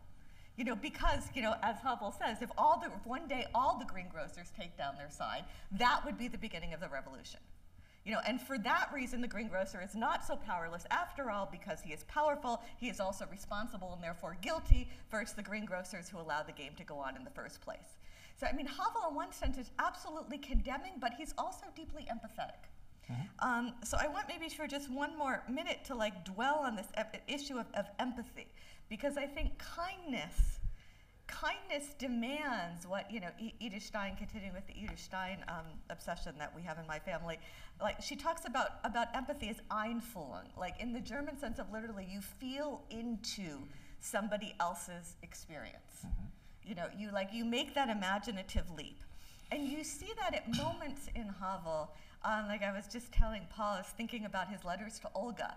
And there's one from May 1982 where he tells this short anecdote that seemingly means nothing, but it's actually very revealing, as so often is the case with Havel, where he's in prison and they're watching television, and the weather person, the woman who's telling you the weather is there. And something goes wrong at the studio. And so something that the screen gets messed up or something gets messed up, and she's just there embarrassed, not sure what to do. She seems to not be real professional. And his heart goes out to her just because she's embarrassed, because something kind of humiliating has happened to her, even though it's not political at all. It's just a technical problem in the studio. But that moment of the way he feels himself into her experience, I think that is the critical thing. And that, if I could just make one very quick connection to the current crisis and my obsession, which I'm sure is not just my obsession, but all of our obsessions with trying to understand what has gone so wrong in Russia, what has gone pathologically wrong in Russia. And I find myself, as Vladimir knows, I'm an Arendtian, continually kind of going back, to this idea Arendt has when she's listening to Eichmann in that booth in Jerusalem in 1961. And she's like, the longer you listen to him, the more you realize that his inability to speak was connected with an inability to think, and namely to think from the point of view of the other, to make that imaginative leap and feel yourself into someone else's experience. And at the very beginning of the war, my friend Natalia Gumanyuk, who is this extraordinary, fearless Ukrainian journalist who's been reporting, the whole time. She's in this village that her best friend lived in. The house has been attacked, ransacked. They steal the computer stuff, which is to be expected. But what Natalia takes a picture of, she's like, they stole the PlayStation and they tore up the pages of Hannah Arendt's Eichmann in Jerusalem. And she posts this picture of the torn pages of Eichmann in Jerusalem by these Russian soldiers. And I thought, wow, my God, when someday a great novel is written about this grotesque war, it's going to begin with that anecdote with the torn pages of Eichmann in Jerusalem. Nobody would believe that in fiction. Yes, it's too obvious. It's too obvious. Thank you. Sitting next to Professor Sueur, and I'll give her a proper introduction because you haven't had a chance to hear her yet, is Wendy Luers, the founding president of the Foundation for a Civil Society, which is a non-profit organization established in New York and Prague in 1990 to support Czechoslovakia's transition to democracy. Wendy Luers first met Václav Havel in the mid-1980s while residing in Prague with her husband, then U.S. ambassador to Czechoslovakia, William Luers. She's a member of the Council on Foreign Relations and co-founder of the Václav Havel Library Foundation. Our great pleasure to welcome Wendy Luers here. Thank you very much. I'm surrounded by professors. It's absolutely so intimidating, literally, I can't tell you. So what I'm going to do is I'm not going to talk about Hannah Arendt. I'm going to try to tell some stories that I think are a little bit about kindness, but they're more about the ripple effect of kindness. So I have no drop of Slavic blood, and I'm as Irish as they come. We got to Prague in December 1993. I'd never been to Czechoslovakia. I'd never been to Eastern Europe. I'd been to Russia, but that was about all. My husband was a Soviet specialist. We'd come from Caracas, Venezuela, which was an entirely different situation. And as Kafka said, this old lady has claws. And as soon as we got there, we started meeting people. And because even though I'd worked for Amnesty International for 5 years, and the STB, the Secret Police, knew that, and even though I'd been a journalist, and they knew that, they were such male pigs that I was just the wife and the mother. And so they put the third-rate STB agents around to follow me, and the first were, of course, and everybody who worked in the 11 people that worked inside this 65-room palace that is the American ambassador's residence, all had to go to spy school before they could come and work for us. They went to spy school and actually in Kari Schwarzenberg's family's house, or a large establishment. So I went to many of the dissidents, not Havel, he was still in jail. But I went to Ivan Havel and then to a bunch of the others. And I said, I know from my experience that you're going to get into terrible trouble if you come to the American ambassador's residence. So do you want to come and meet Kurt Vonnegut, John Updike, Bill Styron, Arthur Miller, Richard Diebenkorn, Frank Stella, and all of the others that came and stayed with us? Or are we going to get you in too much trouble? And they said, hell, Wendy, we're in so much trouble already, and you've got whiskey. And so they came all the time. And what I want to talk about is the ripple effect of the kindness of people from outside of Czechoslovakia who were involved in trying to help the people who were in prison, or little things that we did as the American ambassador that had a ripple effect for many, many years.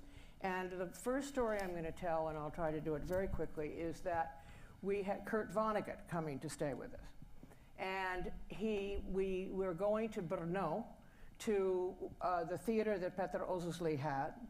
And the STB agents were all standing outside in the cold because Petr wouldn't let them in until we arrived because they were coming to watch us, not the other people. And so they're out there freezing to death. Kurt comes in, we come in, the STB agents come in, and at intermission, we went upstairs to have a glass of wine on the second floor, and this very tall, sort of angular man came with tears streaming down his face to Kurt, and he said, "You got me out of prison." And Kurt, at International Pen, Freedom to Write, had written a letter individually about this man who had been in prison, and that was just the beginning of the effect of the kind of kindness that famous writers and intellectuals have when they intervene on the part of people who are being oppressed around the world.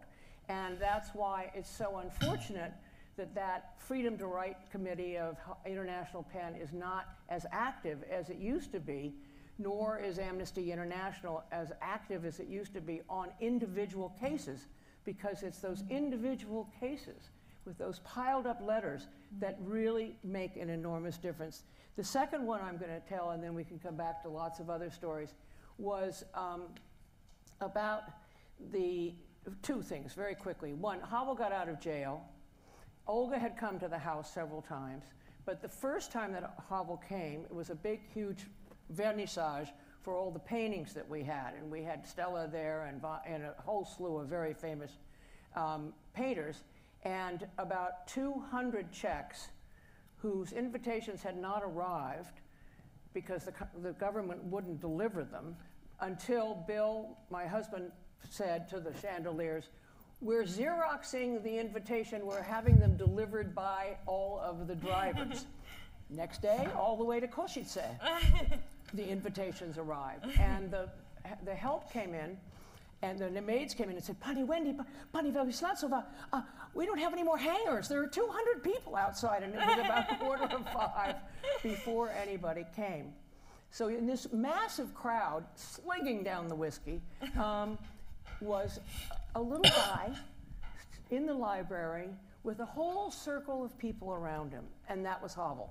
And there was some sort of magnetism about this guy, who sort of jerked when he walked, and he sort of had this deep voice, and but there was something that, and this has nothing to do with kindness, this is just stories, but it is about how this magnetism of this guy who then became president, and you know why he became president. And the rock star, Michal Kotzab, knew that this power of attraction, I guess it was, or that Havel had, was something that was needed. It wasn't Dubček, it was Václav Havel that was needed at that time. The third was the importance of Tomáš Masaryk and the precepts upon which Czechoslovakia was actually founded. And so our act of kindness was with Tomáš Masaryk's granddaughters, Anna and Roberta. Roberta was living in a cold water flat. She had to walk up 3 flights of stairs. She had no hot water. This is the granddaughter of the president of the country. And they were constantly hounded by the secret police. And so on the anniversary every year, on March the 7th, which was the anniversary of the birth of Tomáš Masaryk, who, for some of the students you may not know, he created Czechoslovakia. We would go to Lani, which was the summer palace of the president. And there was a little graveyard. And there was Jan Masaryk, there was Tomáš Masaryk, and there was his wife. And the secret police would flood. It was March in Prague. It was cold and things froze. And we'd wear our wellies, and they would flood the entire graveyard. And the secret police with these huge cameras would come right up to everybody who was there. And then and we would take Anna and Roberta, because otherwise they would block them. They wouldn't let them get there. And so they'd come in the ambassador's limousine, and with the driver, who was the first #1 STB spy, who was the driver, Shorty. And we get to Lani, and we get to the graveyard, and the STB are all waiting for us. They're all standing by the trees, taking pictures of it. And the old retainers who had been there when Masaryk, was still alive, started singing the old Czech national anthem. And there wasn't a dry eye in the place. It was just absolutely unbelievable. That act of ours of the very first March, 1984, of taking Anna and Roberta Masarykova to Lani, spread throughout the country. From then on, they would come to us with whatever problems they had and would ask them to see what we could do. And even though Bill, as a career Foreign Service officer, was doing his job, accredited to the communist government of Czechoslovakia, he also was professional enough and smart enough to know that he could do whatever he wanted because we were a free country, and that's what we represented. Right. Thank you very much. Our next speaker,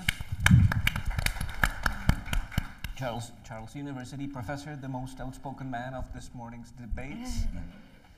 Now to talk about kindness. After such wonderful and touching stories, it's really hard to start with my talk. Nonetheless, I have to.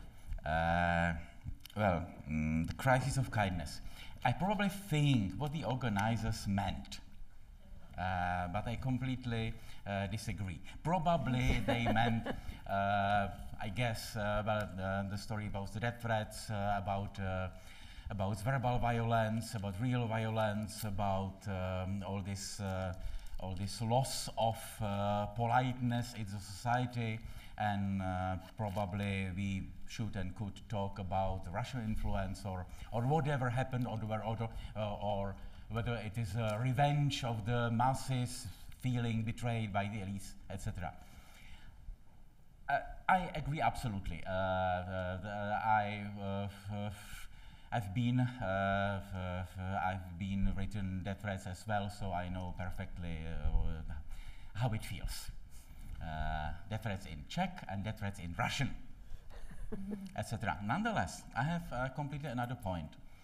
Kindness. Václav Havel usually was considered to be the most kind person on the world, who tried not to offend anyone, to find common ground with everyone, to find at least some smallest points of common interest, etc., and who was unable to say no. And here it comes. And here it comes. And I think this was the problem. Timothy, in the previous panel, was singing a little bit, and I have in mind this song, familiar to all of you.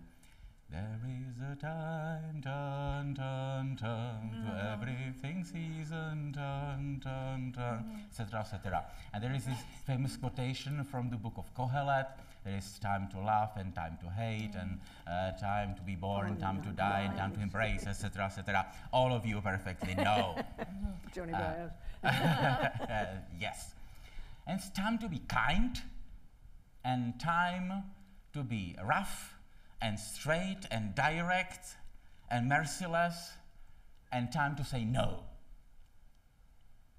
Say no to the devil, which is also another song by Svatě Karásek, a very famous underground songwriter and Protestant preacher, liberal Protestant preacher, not the evangelical in the contemporary sense. Say no to the devil.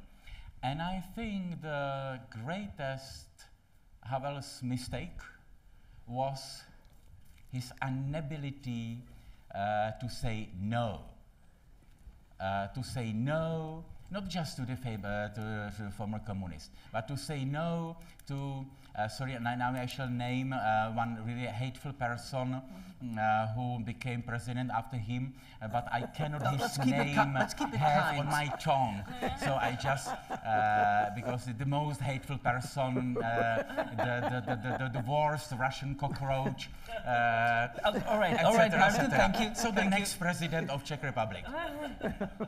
And Havel was unable to say no when this man came in November '89 to the headquarters of the revolution, and he said, "Well, I'm here, everyone wanted me, and I'm here, I'm the best of all you, and I'm the next president," and he became the next president. And so today, when America is deeply divided into two parties, not just classical Democratic and Republicans, you know what I mean, and you know who I mean.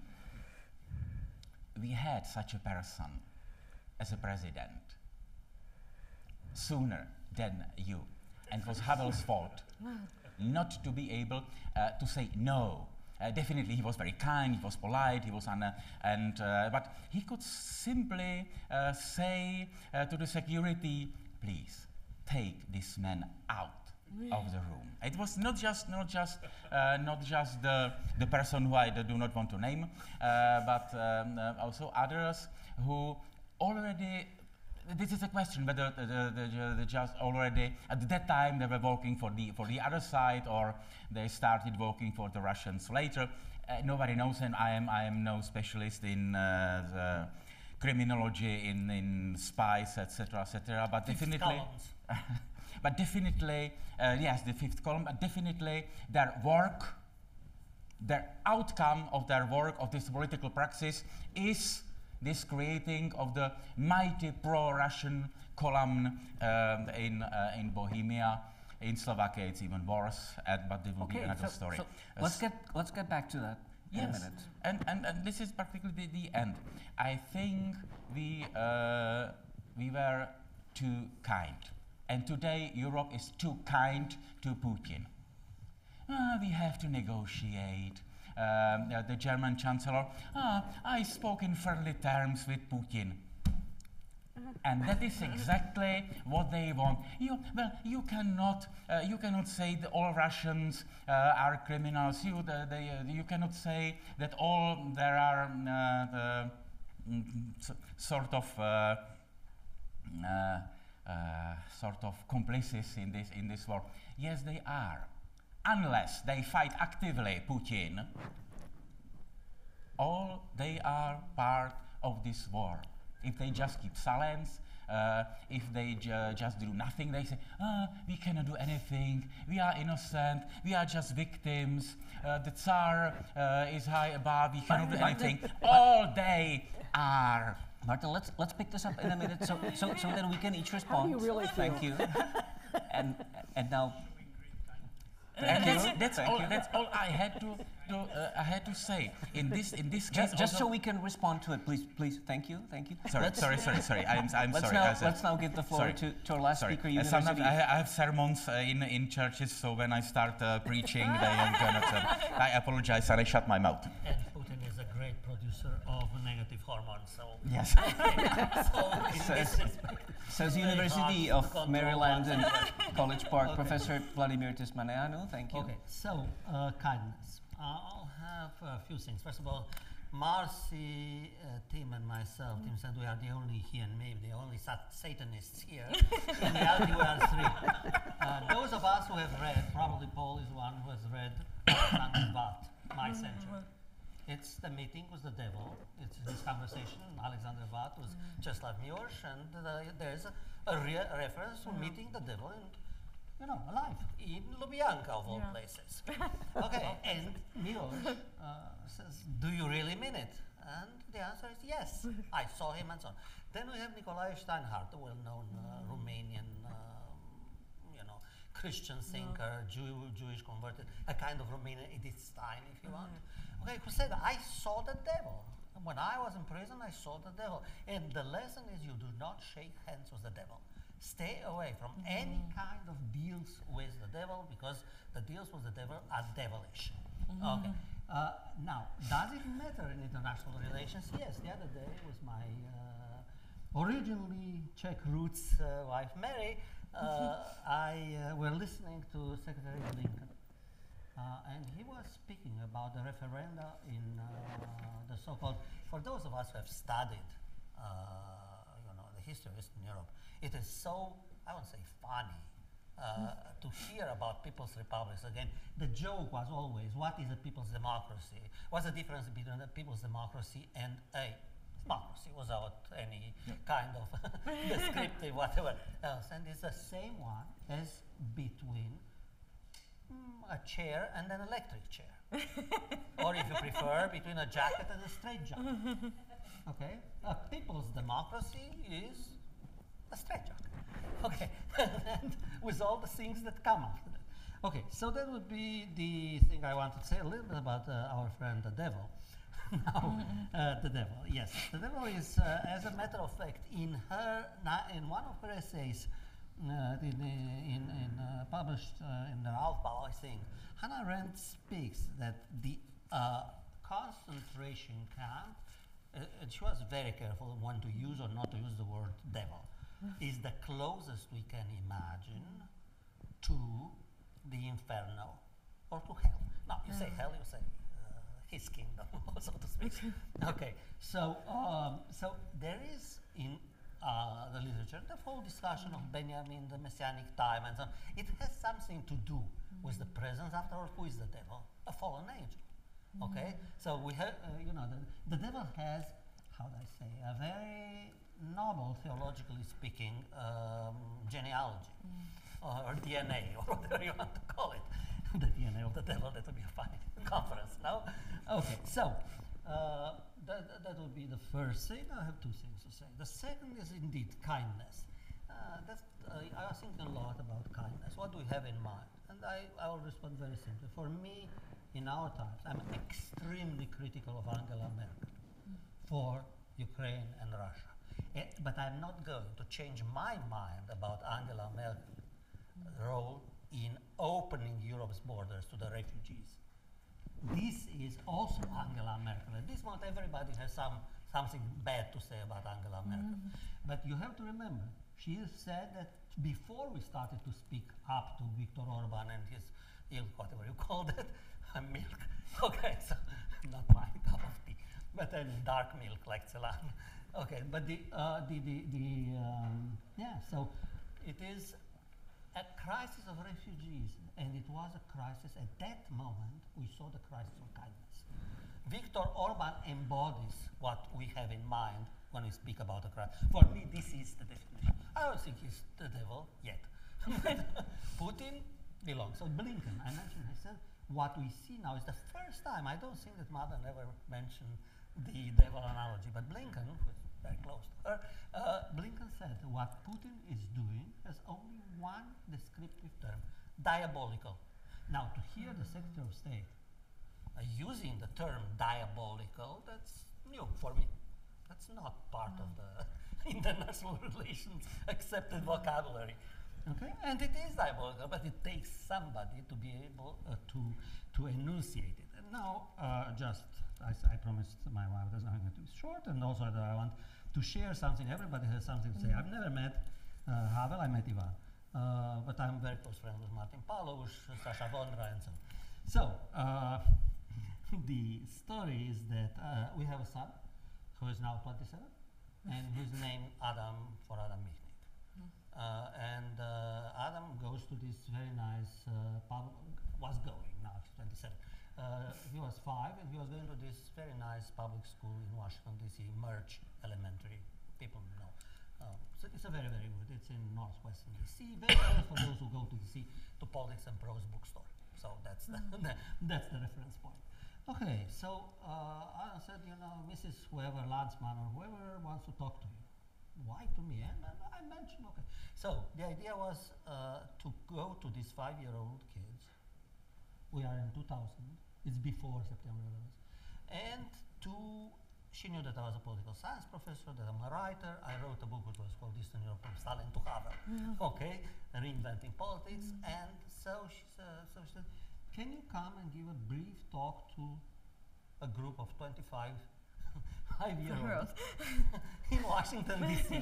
about a hero, what it means to be a hero. So of all the possible heroes I could identify, I said, okay, I'm going to speak about Václav Havel. Now, imagine how can, and I said, because you could relate to 5 years old if you find one value or something, or to quote Michael Santossi, one virtue they are committed to, which is something they know that it's not good to lie. They were told already. And it's good to tell the truth. And I said, do you think so? Your parents say, yes. Okay, but can you imagine a place where instead of your parents telling you what is the truth and the lie, not even Miss Landman, but the mayor, the city mayor comes and says, if you do that and do that. So I started to create analogies to work with American 5-year-old, and they got it. That means they want us to lie? Yes. Why? Grow up, come to college, and I'll explain why. We had a whole discussion here why they want us to lie. But they wanted us to lie. That was the whole story. They wanted us to lie. And what Havel did, it was amazing, it remains amazing. There were questions about students. I was student here, former. She's a full professor now at Colby, Jennifer Yoder. I mean, we talked all the time. We talked about Havel and his values and so on. Last point, and I finish, promise. Eastern Europe has offered, is very good. We are very good in producing matters for export. One is jokes. We're excellent in jokes. Romania is the champion. Okay, yes. I mean, it's after all the cartel. Let's then have some little competition in the evening. We created the Dada movement, so. Okay, you are winning. winning. If you go into Dadaism, Let's not go into the Dadaism. But we created Schweik. Okay, we are in good company. Okay, so so the first major East European political thinker, cum politician, cum moral figure, etc., who mattered after the collapse of communism in the United States and became a commonly recognizable name was Václav Havel. His speech to Congress was described, and I know it from members of Congress, of families, and so on, and universally described as the equivalent of some speeches by Lincoln, and I forgot who else. But Lincoln was the comparison. That was, Michael was working on the text, so that's a great, well, let me actually, compliment. After all, if you don't mind, was probably the best political writer in the history of the United States. Okay, then what we have offered, we East Europeans, another matter of export to the United States, we've created Orban. He is the most influential East European politicians right now in the United States. He gave the talk at the horrible Texas convention, 2 weeks ago? Oh yeah. After he went to Romania and delivered a speech about hybrid races. Okay, so yes. Okay, so he was applauded. He's the darling of what's his name, Tucker Carlson or Carlson? Yes, Tucker Carlson. Okay, who went for a week to Budapest. He loves Orban. I've got a suggestion. Let's stop there to really keep the panel focused on kindness. And that's the good news. I'm not going to end up with Orban. Come on. Okay. We also offer now, to the surprise of everybody, Zelensky, and that's great. Yes. Thank you very much. To pick up on two things that were mentioned here. First of all, I'm sorry, on Martin's, some of the issues Martin raised, and also when Professor Sueur mentioned Hannah Arendt watching Eichmann in the booth. Some of these panels can get a little abstract, so if you don't mind, let me ask you a personal question, all of you. Do you have any Russian friends left? And if so, how do you talk to them about the war or the sanctions? And if I may start with you, Professor, you mentioned in a recent speech to an academy in Kiev, Ukraine, you're visiting St. Petersburg in, I think you said 2016, and talking to Russian historians. So are you able to find common ground? Do you argue from a position of kindness? It's an excellent question. It's what I've been tearing my hair about for the past 6 months, like how to relate to the Russians. I mean, one thing that our friend Ivan Krastyev said to me, a brilliant Bulgarian political philosopher, when we saw each other in Vienna this summer, he said, Marci, the Ukrainians have every right to say, I'm not going to deal with any of the Russians, including the opposition. He said, the rest of us don't have that right. We have been no braver than they've been. So I guess I would first make a couple distinctions. I mean, this summer I ran around, meeting with Ukrainians, meeting with Poles, meeting with the Belarusian opposition, meeting with the Russian opposition. And one thing that struck me is that in my very anecdotal and not at all scientific sample, is that psychically the Russian opposition was by far in the worst shape. The Ukrainians, as much trauma as they've been through, and especially the young people, like they were not broken, they were ready to fight. Like as many people have mentioned, they know why they're fighting. There's a kind of moral clarity there, unlike the Russians. The Russian opposition, and I really only know people in the opposition, so again, my sample is totally skewed. The Russian opposition everybody was basically suicidal, and I don't mean that as an exaggeration. I mean, the feeling was that we have failed, our whole lives have failed, that failure is unforgivable, and it is irrevocable. And yet we're talking about some of the people who, as long as they've been alive, Vladimir Putin has been in power, and they were going to protest. Yes, exactly. And my feeling was that, and I understood why my Ukrainian friends are like, they're all dead to me. But I also know that, you know, November 2020, well, first of all, November 2016, I'm a neurotic Jew. My feeling was like, the lesson of 1933 is you get out sooner rather than later. I was like, okay, like Tim, we take the kids, we're out of here. You know, and then, you know, then Tim was like, he wanted to write on tyranny, and then we talked about it, and then the students seemed to really need us, and then we decided to stay. And I felt like by November 2020, I felt like we have thrown everything we have at this for 4 years. I don't want my kids growing up in this anymore. You know, if we fail now, you know, if he stays in power by a fascist coup, I'm like, I can't do it anymore. I'm like, we're out of here. You know, I don't. Where do you go? Well, this is the question. Yeah, I know. We know exactly. We probably would have gone to Vienna, but in any case, we would have gone to Canada. I don't know. But there's a sense of like, I wasn't willing to go to prison. You know, I wasn't willing to be separated from my children. We took the kids to lots of demonstrations. I always knew that the moment something turned violent, I was going to get my kids out of there. You know, so I look at some of my Russian friends and colleagues in the opposition, the ones who have gone to prison, the ones who haven't gone to prison, and I think I have no right to judge them. I'm no more physically courageous than they are. You know, I mean, one thing, I'm sure she won't mind if I quote her, Lena Nemirovskaya said to me when I saw her in Vilnius this summer, and for those of you who don't know, Lena Nemirovskaya, Yuri Senokovtsov, they were sometimes like the last great students of the philosopher Mira Mamardashvili, the Georgian Soviet philosopher who wrote in Russian, who was, you know, one of the great Kantians. Anyway, I won't kind of go into all the whole thing.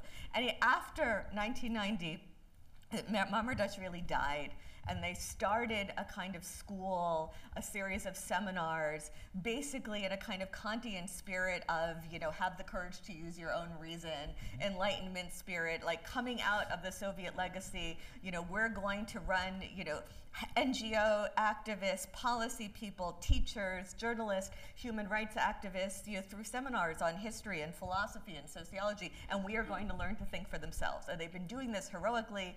In 2014, they were declared foreign agents. Eventually, a year or so ago, they realized they couldn't cross the border again. They were about to get arrested. They're now like in their 80s. And not like, you know, gets up every morning, goes jogging, drinks protein milkshakes in their 80s. I mean, Soviet in their 80s. You know, so they're in weak health. They're still fighting, you know, and I got off the plane in Vilnius, and Lena said to me in Russian, you know, she said, Marci, I was born during Stalinism. I was born during Stalinism. I lived through perestroika, all of our hopes, and now I'm going to die during this. You know, and she's like, please tell everybody in the West that Ukraine cannot lose. We cannot yet Ukraine lose. It will be the end, not just for Ukraine, not just for the world, but for Russia as well. Maybe I'll leave There's it at that. no argument among any of the speakers today, obviously. Wendy Luers, please. Do you still? I'm going to try to relate to the students and have Havel relate to the students and come up with a little positive thinking around here, if we can. Positive thinking. In 2019, my husband was asked to speak to 140,000 people in Wenceslas Square, the 30th anniversary of and he was the only gringo. He was the only non-Czech there, and he gave a talk. And what he did was, and I'm going to quote him, and I'm going to quote Havel. So first of all, when we organized Havel's the New York part of Havel's trip in February of 1990, Milan Albright organized Washington, and we organized New York.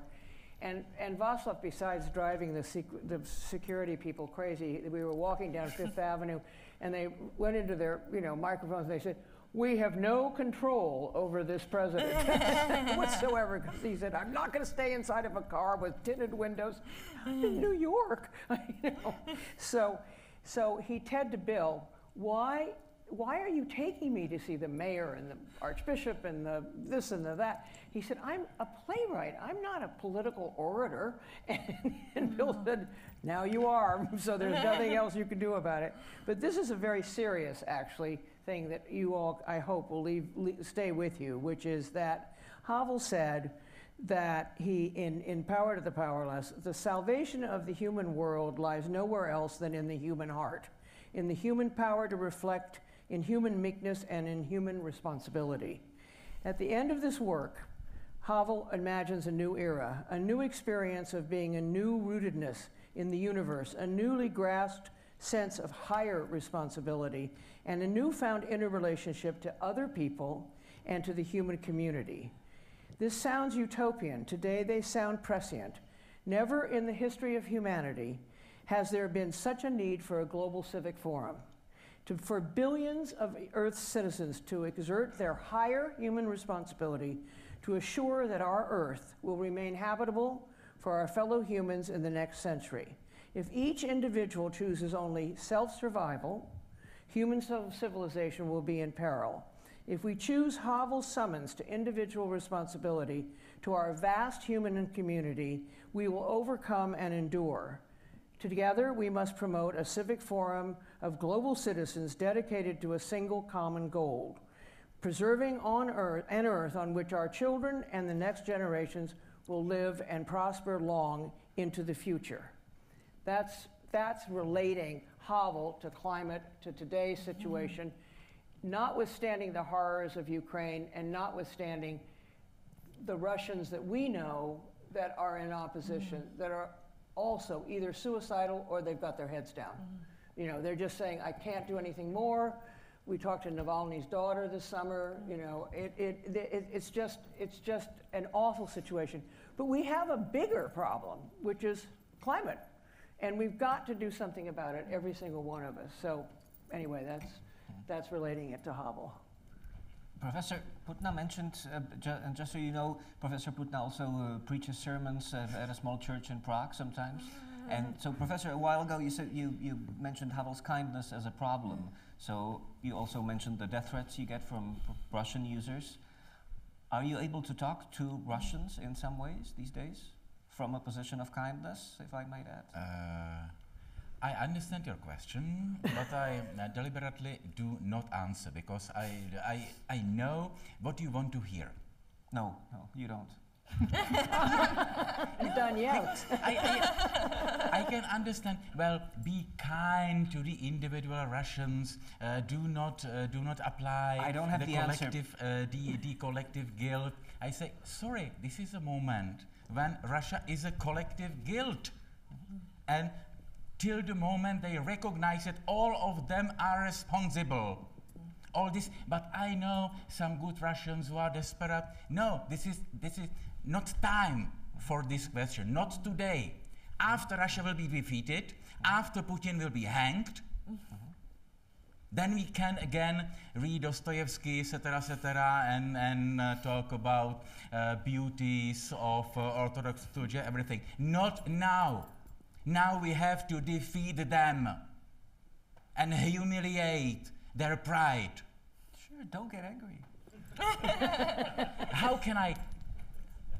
can I be not angry in this situation? Situation, yes, not necessarily. In this situation, not in New England, not in wonderful New England college where everything wonderful, everyone is smiling, definitely. Yeah. But sorry, my heart is in Ukraine. Yes, so is mine. And so I am angry. All of our hearts. Professor. Very briefly. After the war, after World War II, there was a question what to do with Martin Heidegger. Yes. And there was a discussion between Hannah Arendt, who had been Heidegger's disciple. We didn't discuss more. Disciple and recognized mutually as very close intellectuals.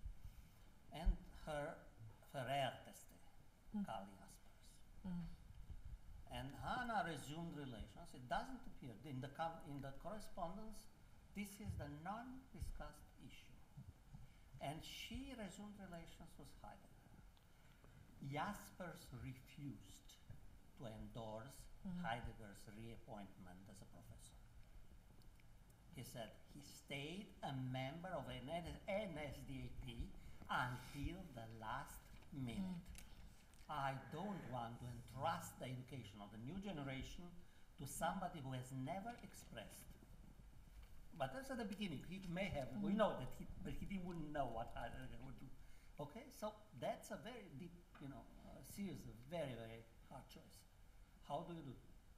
We know one of my very important issues, who finished today was what remains. Tim spoke about what remains, the language. Yes, okay. Het so blijft de we know that moedersprache. was blijft. This is the main was question. blijft. Was blijft. And we know that probably, well, arguably, I don't like the idea of the most important poet of German literature in the 20th century, but some of us would argue it's Paul Celan. Okay, visited Heidegger. Yes, please look into the visit. And the poem he wrote after, we don't know what he talked about. We know that Heidegger considered Celan the greatest German poet since Rilke. We know that Celan tried to save the German language. What did they talk about?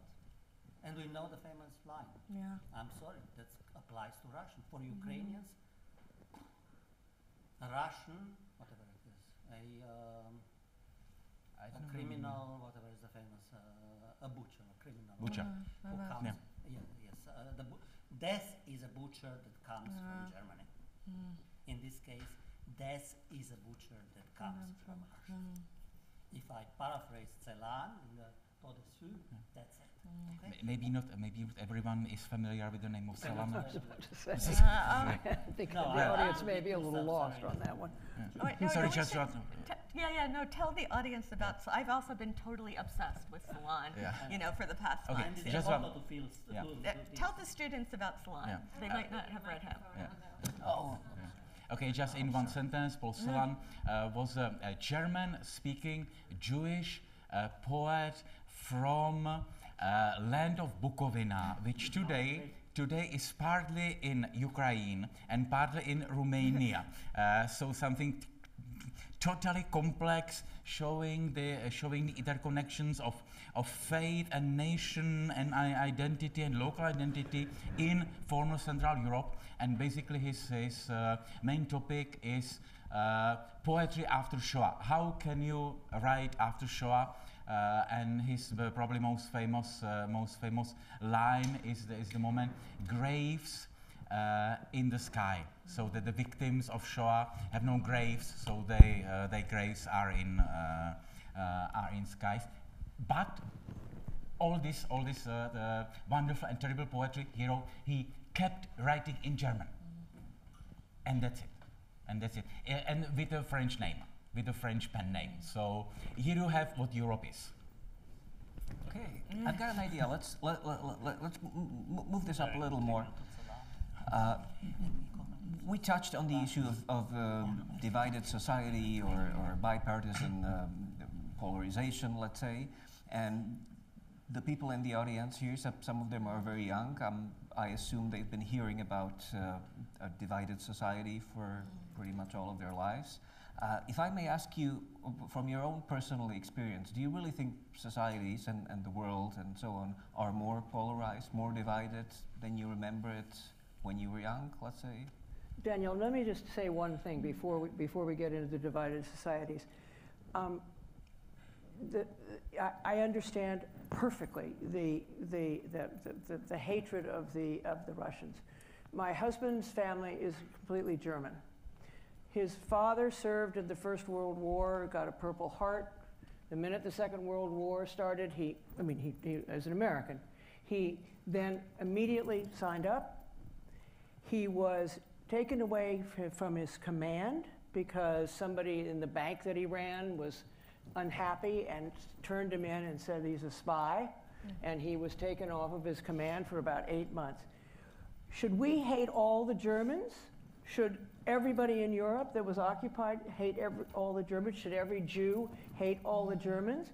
We can't, I don't think we can divide the world that way. We have to in some way understand. I understand the opposition people. I mean, we know lots of them as well.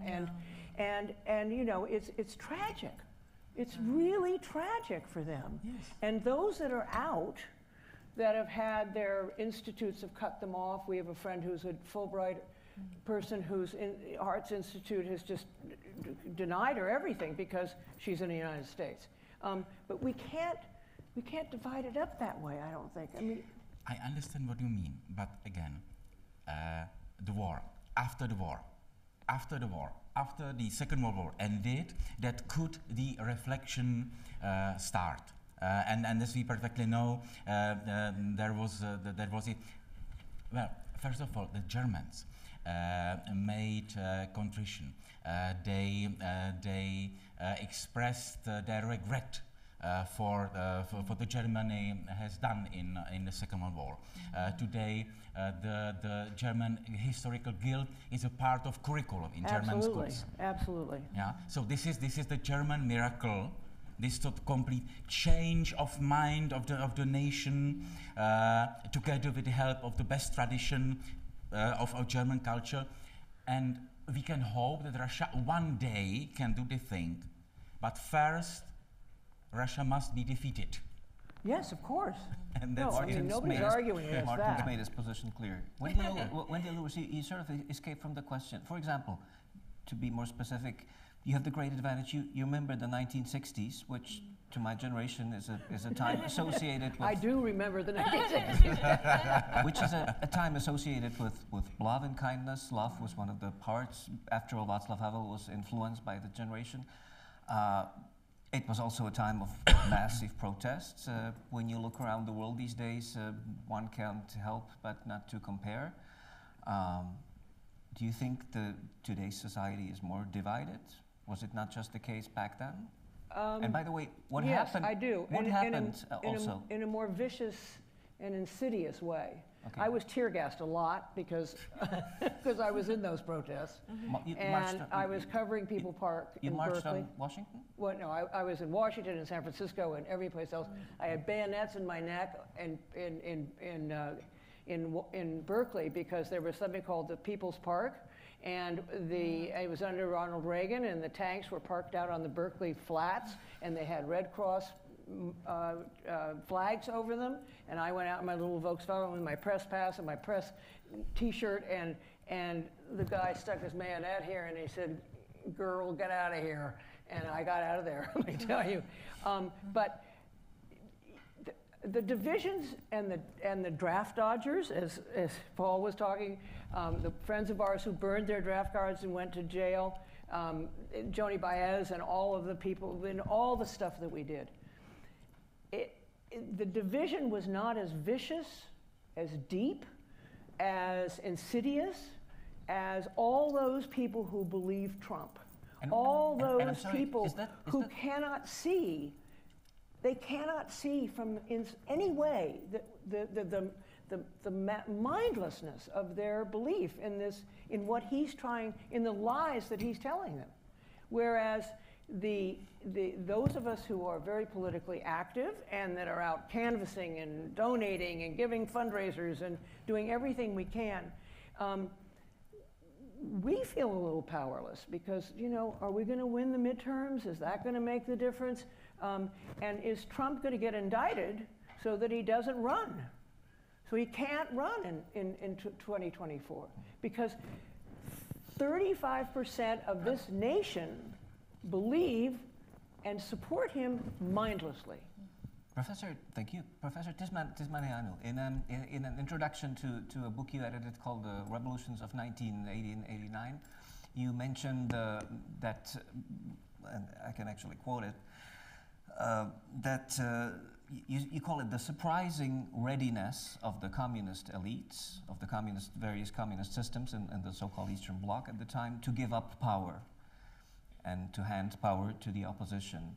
And when you think back, do you think kindness was in any way part of that aspect? No, I'm very close with Steve Kotkin, but when it comes to the issue of civil and uncivil society, I don't believe the bureaucracies were the real factor in the story. It was retrenchment, it was, I don't want to go too much into that. But for us, for the exercise we have here in political history, in the history of ideas and philosophy and so on, it is, I think, very important to link what somebody mentioned, I think is Jacques, who mentioned the ethos of 1989 and the ethos of Marci wrote a beautiful book about the Ukrainian night, okay, and the ethos of what I call, and because what has happened in Ukraine, those of us who have studied there, it's the rise, and to quote my mentor, Ken Jowett from California, Berkeley, whom you may know, of course. Okay, Ken Jowett said what happened, so what was solidarity was the birth of a national citizen class. That's a Weberian concept. And that's what happened. It can last very short. If you remember, since I lie, as say I'm Arendtian, yes, I am proudly so. But Arendt says, in one of my favorite essays by Arendt is the revolutionary tradition and its lost treasure, which is the last part of the On Revolution. And where she quotes that particular statement by Benjamin, and when she says, you know, sometimes things happen, and there are those wonderful image, fleeting formations of corals. And we think we saw them, and then they disappear. But they were real. They were true. So what is my relationship to truth? Years ago at a conference in Budapest, somebody, maybe it was Alan Finkielkraut, I don't remember exactly, but doesn't matter, the name, mentioned something very important from Arendt. Let's remember that under any given circumstances, we have to respect what she called the little verities of fact. There are little verities of fact. This is what truth is for me. And I know that it was not the Brits who staged the massacre in Bucha. I know who staged it. I mean, I don't need, you know, it's enough information at this moment. Let me turn to say, and to divide it, think, why wouldn't I wouldn't disconnect this from the Trump phenomenon. This is very important, because what Donald Trump did, and this is the most important disservice to the American, I've been here thanks to you, okay, but since '82, after Venezuela was working pretty well at that moment, no? And so, okay, so from journalistic family, from Venezuela, France, Romania, you name it. Okay, so I came here and I experienced quite a lot of time, 40 years. I taught at Penn, etc., etc. And I've never seen the level of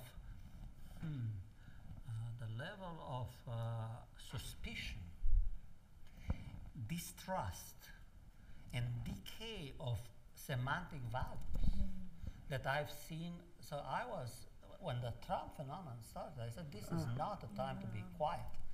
And the more, so I remember, because I used it all the time on my Facebook and other places, I called him the lunatic mountebank. That goes way back to Ron Rosenbaum's book about explaining Hitler. Let's not go all the way back there. But that's mountebank. If I may. No, but he did something which is very important. He rehabilitated words and behaviors that since World War II were taboo. He detabooized, that's where Putin is acting. Because our global sensibilities under Trump have made us accept to call the immigrant what he called, and so on. So these things could not have been said before. So he brought them into the mainstream, and that basically infected and corrupted and perverted the mainstream. That's the danger, the death of the American mainstream. For me. Let me ask Professor Sueur. You know that societies were divided always because of either, you know, it was the class system, it was because of people's religion, it was because of their position in a system of slavery, it was because they belonged to a persecuted minority. So we look at divided societies as some sort of a flaw, but maybe it's always been like this. Maybe it's something we should, in some very perverted way, cherish. Societies are always divided, but here I would use that Hegelian principle. Is her microphone on? Oh, sorry. Okay, yes. Okay, yes. Here I would use the Hegelian point about quantity turning into quality. When changes in scale become changes in kind. You know, and in particular, when does the space for being unengaged, for being non-political, when does that evaporate? You know, when does the political cross the line into the moral? You know, I had never been, for years I was not especially engaged in American politics. You know, my attention was in Eastern Europe. I was a historian of Eastern Europe. And Trump came on the scene, and I immediately understood, not only, it's not that I hadn't understood America was a divided society, of course I did, but I understood that this was a different kind of divide. I mean, like Vladimir, I understood that we had crossed a line, that there was no longer any space to say, I'm not taking part, it's not about me, I'm not going to be engaged, and I was terrified he was going to win, but I didn't think it would come to that. The first person who said he's going to win to me was Agnieszka Holland, which I don't think was a coincidence. And I said, Agnieszka, we were speaking in Polish. I'm like, no, tell me, you don't really mean that. She's like, really? You don't think so? And then the next day, I realized that a lot of my colleagues were like, okay, this is bad. This is very bad, but we have checks and balances. We have the world's strongest liberal democracy. So breathe in, checks and balances, breathe out, checks and balances. Checks and balances became like a yoga mantra, And I thought, my God, we're like people on the Titanic saying, oh, our ship can't sink. We've got the best ship, we've got the strongest ship, the newest ship, our ship can't sink. No, listen, if I may inject that, I completely understand the frustration, but and I'm a mere outsider, but it looks like to me, whether you like it or not, you may have to live with these people and these other 50% of the society, and so how do you talk to them for the rest of your life? That has been the $1 million question. Can you can you reach people? That's what I've been. I mean, that's and what have you ever with the succeeded, by the way? Individual cases. Okay, well that's not bad. Right? Individual cases. Since the war broke out 6 months ago, I decided I would talk to everybody. I would try to accept all invitations. I would go to the fancy social clubs. I would talk to the Trump supporters. Maybe there's some chance. I would talk to the Russians. I would talk maybe there must be a way. There must be a way. I mean, because this whole the Russian position too of I'm not interested in politics. I'm not political. I stay out of politics. There's no longer any space for that. Because you're dealing with people who are morally insane. And the thing that Trump and Putin had in common is this: the lives of other people are absolutely meaningless to them. That gives them a huge advantage because there are no constraints. When other people's lives mean something to you, that's a constraint. But when other people's lives mean nothing to you, then you're literally in this Dostoevskian world of everything is permitted. And that in those conditions, there can no longer be any moral space. It also, though, makes me understand what it means to be implicated more, because I know the moment when I realized that the Trump administration was taking away children from their parents on the border and just throwing them in cages, and I understood that I was implicated, that this was my country, that I was also implicated. And I grew up in a Jewish community, I grew up with Holocaust survivors, I grew up with these stories of kids being taken away from their parents, and I realized that I was now also responsible, and it was insanity producing. But I thought that's what it means to be in that kind of society, is that we are all implicated, and you have to do something. And I don't have any magical solutions, but that made me understand that there's no space to stand aside. There's no space to say this doesn't concern me. But Marci, the thing is that to give a little bit of hope to all of this, yes, please hope. It's not 50%. It's 30 to 35% who are the true Trumpies. And where we all have to concentrate are on the moderate Republicans who will not admit. I mean, they will your members of Congress will tell you privately all the time, I can't stand this guy, I can't stand, Mitch McConnell, I can't stand anything else, but I'm going to lose if I go against them. And so the place where all the activism has to happen, and frankly where all the fundraising has to happen in order to go against the GOP, is to give us a safer place for those moderate Republicans and independents who are the people who we have to count on to go up against, because obviously we're only 35% of the population as well. And yes, we can get the young people out to vote, all of you. But we have to take that middle ground. And I'm being totally domestic. I'm not talking about Ukraine or Russia or any place else. But we have to find a way to make our message get to them, or to use our justice system to indict the son of a bitch so that he cannot run. And that would be using the laws of our nation to stop him from running, and the Constitution of the United States. And by the way, in your previous remark, you recalled Havel asking the mayor, Havel asking, why are you taking me to the mayor? I'm a playwright, and so on. If I pick up on that, there's a passage in a book called Disturbing the Peace, which is Havel's book of interviews with a journalist named Karel Hvížďala from 1985, I think. Over and over again, Havel says, I'm a playwright, I'm not a politician. So could perhaps, it's a provocative thought, but is it possible that maybe we invest too much emotions in our time and in politics, and maybe we should not let it affect us so much? So you're saying that we should cool it? Well, socially, I don't know. I'm not an American to tell you. No, we should not. Curious. But just the opposite, au contraire. This is the time we all have to be active. I'm sorry, the panel's called kindness. I had to try. We got a long way away from kindness on this part. Yes. Yes, you can. I believe we could try and take some questions from the audience at this point. Thank you. Just if we could ask for the microphone, thank you. The microphone is coming. He's down here. She over can't see where he in is. The second row, if you could.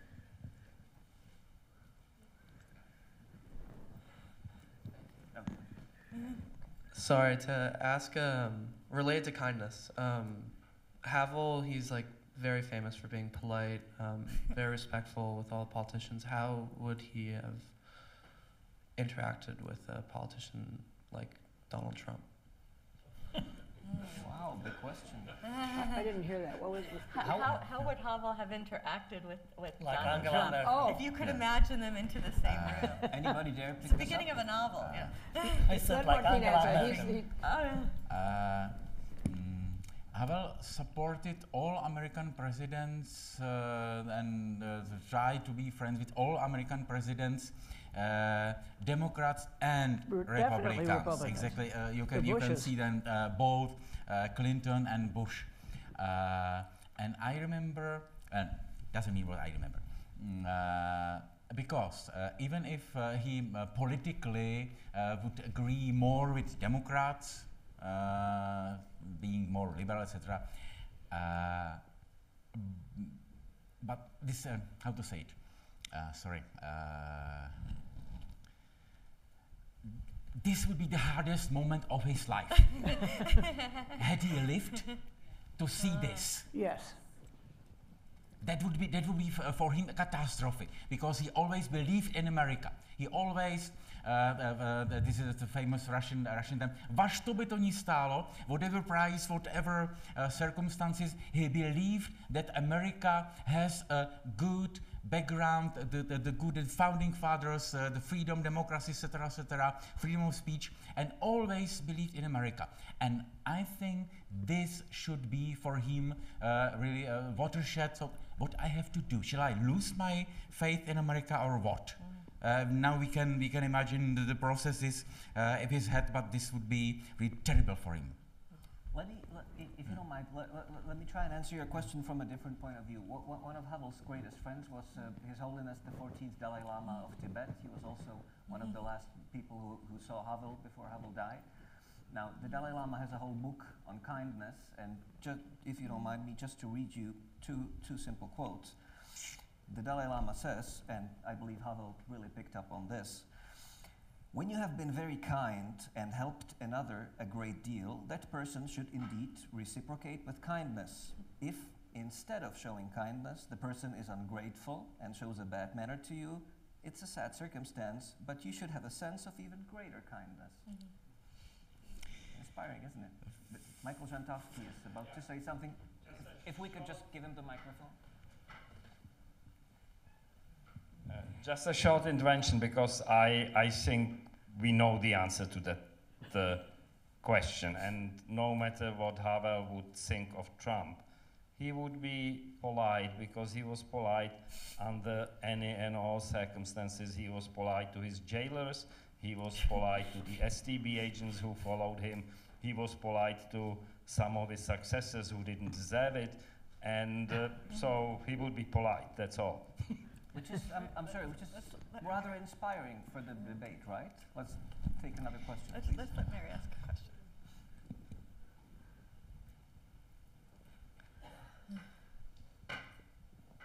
So this panel made me think of a movie that nobody's watched, but Vladimir and I did watch in 2019.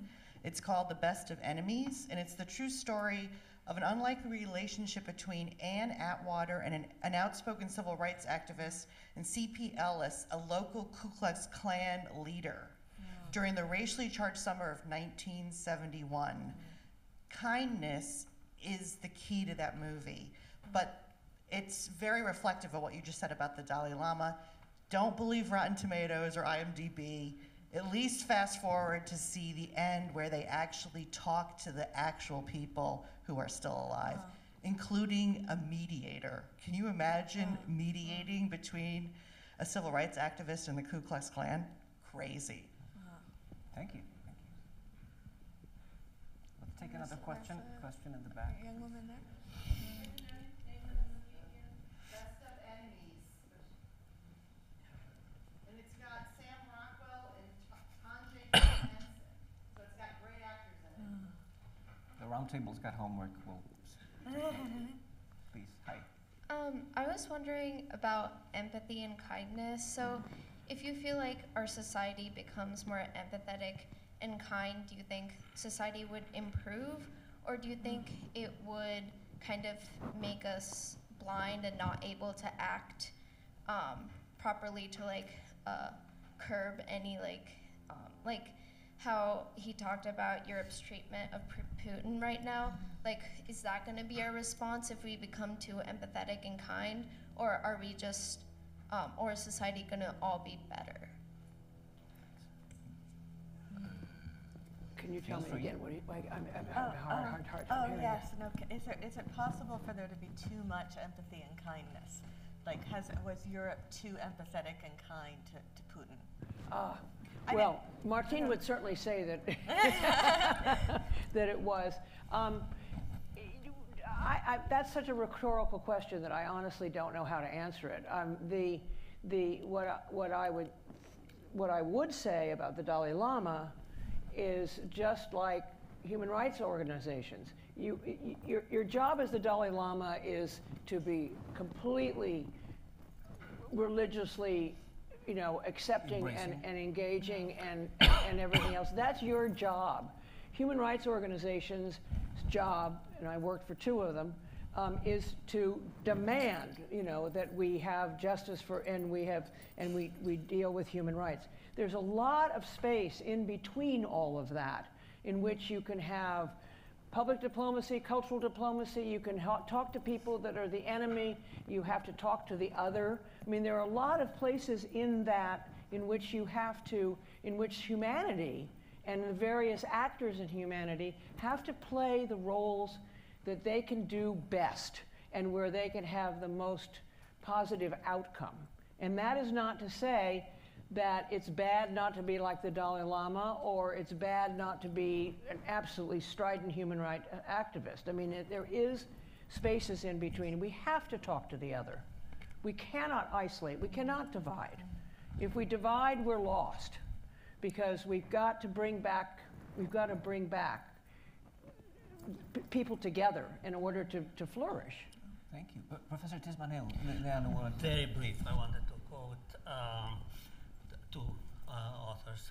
One is because deconstructionism was mentioned this morning, so let me quote a very nice line by a great friend of the Czechoslovak human rights movement, dissident movement, Jacques Derrida. And it's let's replace the famous French revolutionary triadic sloganeering with liberté, égalité, hospitalité. Okay, that's a very important element. The second is your uncle, whom I knew quite well, George Konrád. I know. It's a joke. It's a joke. In anti-politics, he said, "What a wonderful world this would be." And I'm sure Konrád and Havel were very close friends and so on. So, what this wonderful world this would be, but of course it is not. If the Politburo were to think and act like the Queen of England. Sure. Unfortunately, the Politburo and its successors do not act like the Queen of England. They act in Russian. And I wanted to say this because we had discussion of truth. What does truth mean? We discussed a lot. What does truth means for Putin?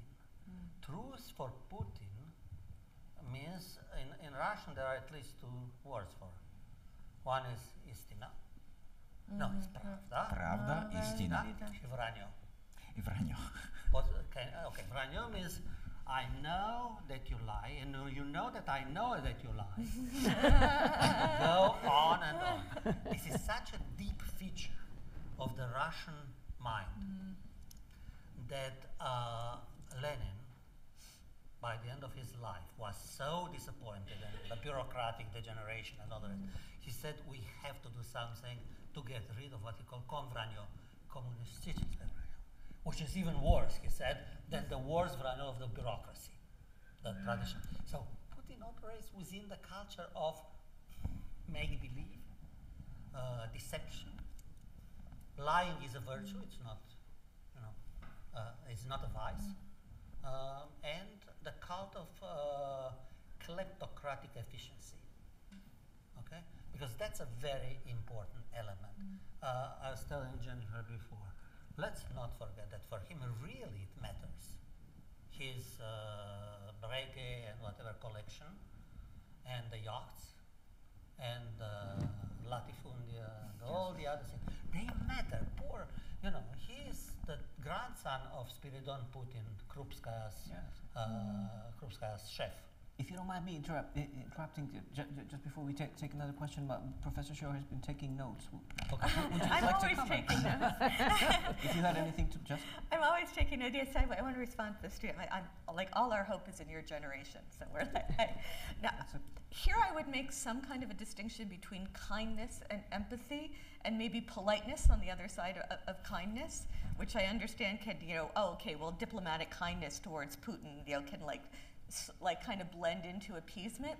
I'm going to answer, though, empathy as a teacher and as a historian, because I feel like that the job that I have, and I don't think I'm alone in feeling this way, is that we need to teach our students and our readers to make that imaginative leap into a time and a place not their own, and to understand someone else's experience. And I know that we always hear, and we hear this in the Black Lives Matter movement, you cannot ever truly know someone else's experience. You cannot know it completely, but that doesn't mean you can't know it at all. Freud would tell us you can't even completely know your own self, so all the less do you have transparent access to somebody else's soul. But the fact that we don't have perfect access doesn't mean we have no access. And that thinking, that rigorous thinking, that kind of intellectual leap to kind of read yourself into the experiences of other people, the fact that it can't be done with perfect transparency doesn't mean it can't be done to an extent that's very meaningful. And it can be done to the extent that you recognize other people as people. And here I would take the old Central European position of when things get very dark and creepy, you start shouting back to Kant, And I would take the Kantian position that the fundamental moral imperative is you always treat another human being as an ends and not as a means, as a person and not as a thing, as a subject and not as an object. And I think that is not superficial. And that is not just appeasement. I think that's a way of relating to the world that involves constant thinking and grappling and, an imaginative strain. And the fact that it can't be done in a perfect utopian way doesn't mean it's not worth doing. Plus. And by the way, Marci, you're not a fink if you talk to the enemy. You're not somebody who's giving up your own values if you go and talk to the horrible person that's across the way. You have to do it. It has to be part of our humanity. Plus, if we all held the same views, and wouldn't we start to, and we would all say the same things, wouldn't we start to resemble those bureaucrats from Václav Havel's plays who all say the same phrases? That would be really dull, right? But Daniela, that will never happen. Okay. I think we could take the final question if there's anyone in the audience. There is in the back.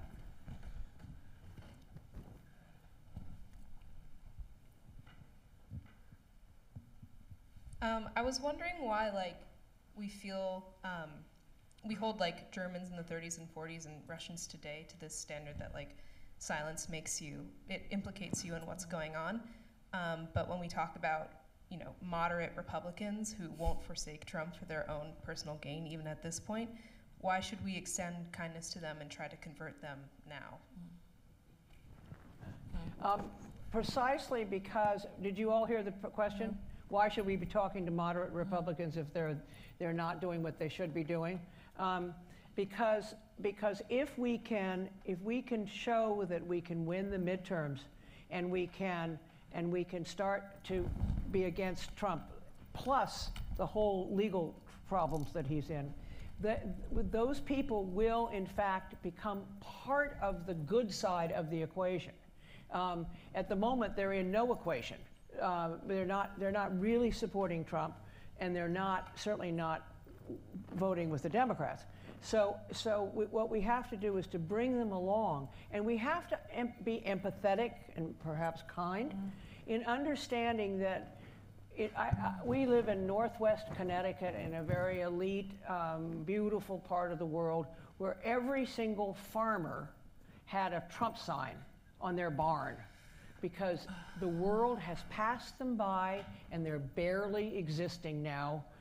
And whatever their existence is now being taken over by young, well-moneyed people who are now doing farming because it's the new thing to do. So you have to understand, just like with the moderate Republicans, you have to understand where they're coming from. And the only way to do it is to say, I feel your pain. I understand. We will do our best to try to help you. We will do our best to support you. And that was the way we're going to make some gains. Because if we just go like this, Trump has the words and the anger behind him that could lead him to win again in 2024 if he runs. And that is horrifying. Marci, sure. Would you like to add something? Pardon me? Would Marci, sure, like to add something before we end? I guess I would just, I would, listening to Wendy, I would, and in the connection with your question, I think one of the things you might be asking is there a moral superiority or is it a strategic decision? No, I mean, I look at those people. I mean, I was watching John McCain vote for every single appointment, you know, that Trump was nominating. Exactly. You know, I was looking at these people like Lindsey Graham. I'm like, you have sold your soul to the devil for what? You know, I mean, I certainly don't consider them morally superior. There's a discussion to be had about strategy. You know, and I'm not in the same position where Wendy is, but is there some opportunity, you know, by which somebody could be reached? But this, in some sense, the morality of who you reach out to depends on how optimistic you are about the possibility that you could get through to somebody, that there could be some kind of shaking. And this is the question with the Russians too. Like, are you reaching out to people who you feel are implicated, you feel are guilty, you know, and you're extending a hand not to make it okay, but because is there any chance they could be shaken, you know, into some kind of like moral responsibility? Well, look at Liz Cheney. Yeah. I mean, here's Liz Cheney. I mean, she's the hero of the January 6th hearings, and she has voted with the Trumpies 96% of the time. Yes, no, I was thinking about that too. You know. There's a Walt Whitman quote that explains. There's a Walt Whitman quote that explains that. Do I contradict myself? Very well, then I contradict myself. I am plenty. I contain multitudes. On that. Yeah. Okay. Thank you, everybody. Let me just throw one last quote from the Dalai Lama. I think, if anything makes sense. Guilt trip. It's very simple. Again, in a book called Kindness, Clarity, and Insight, the Dalai Lama says, showing kindness to others, we can learn to be less selfish. Sharing the sufferings of others, we will develop more concern for the welfare of all beings. So let us end on a kind note. Thank you, everybody. Thanks to our wonderful guests.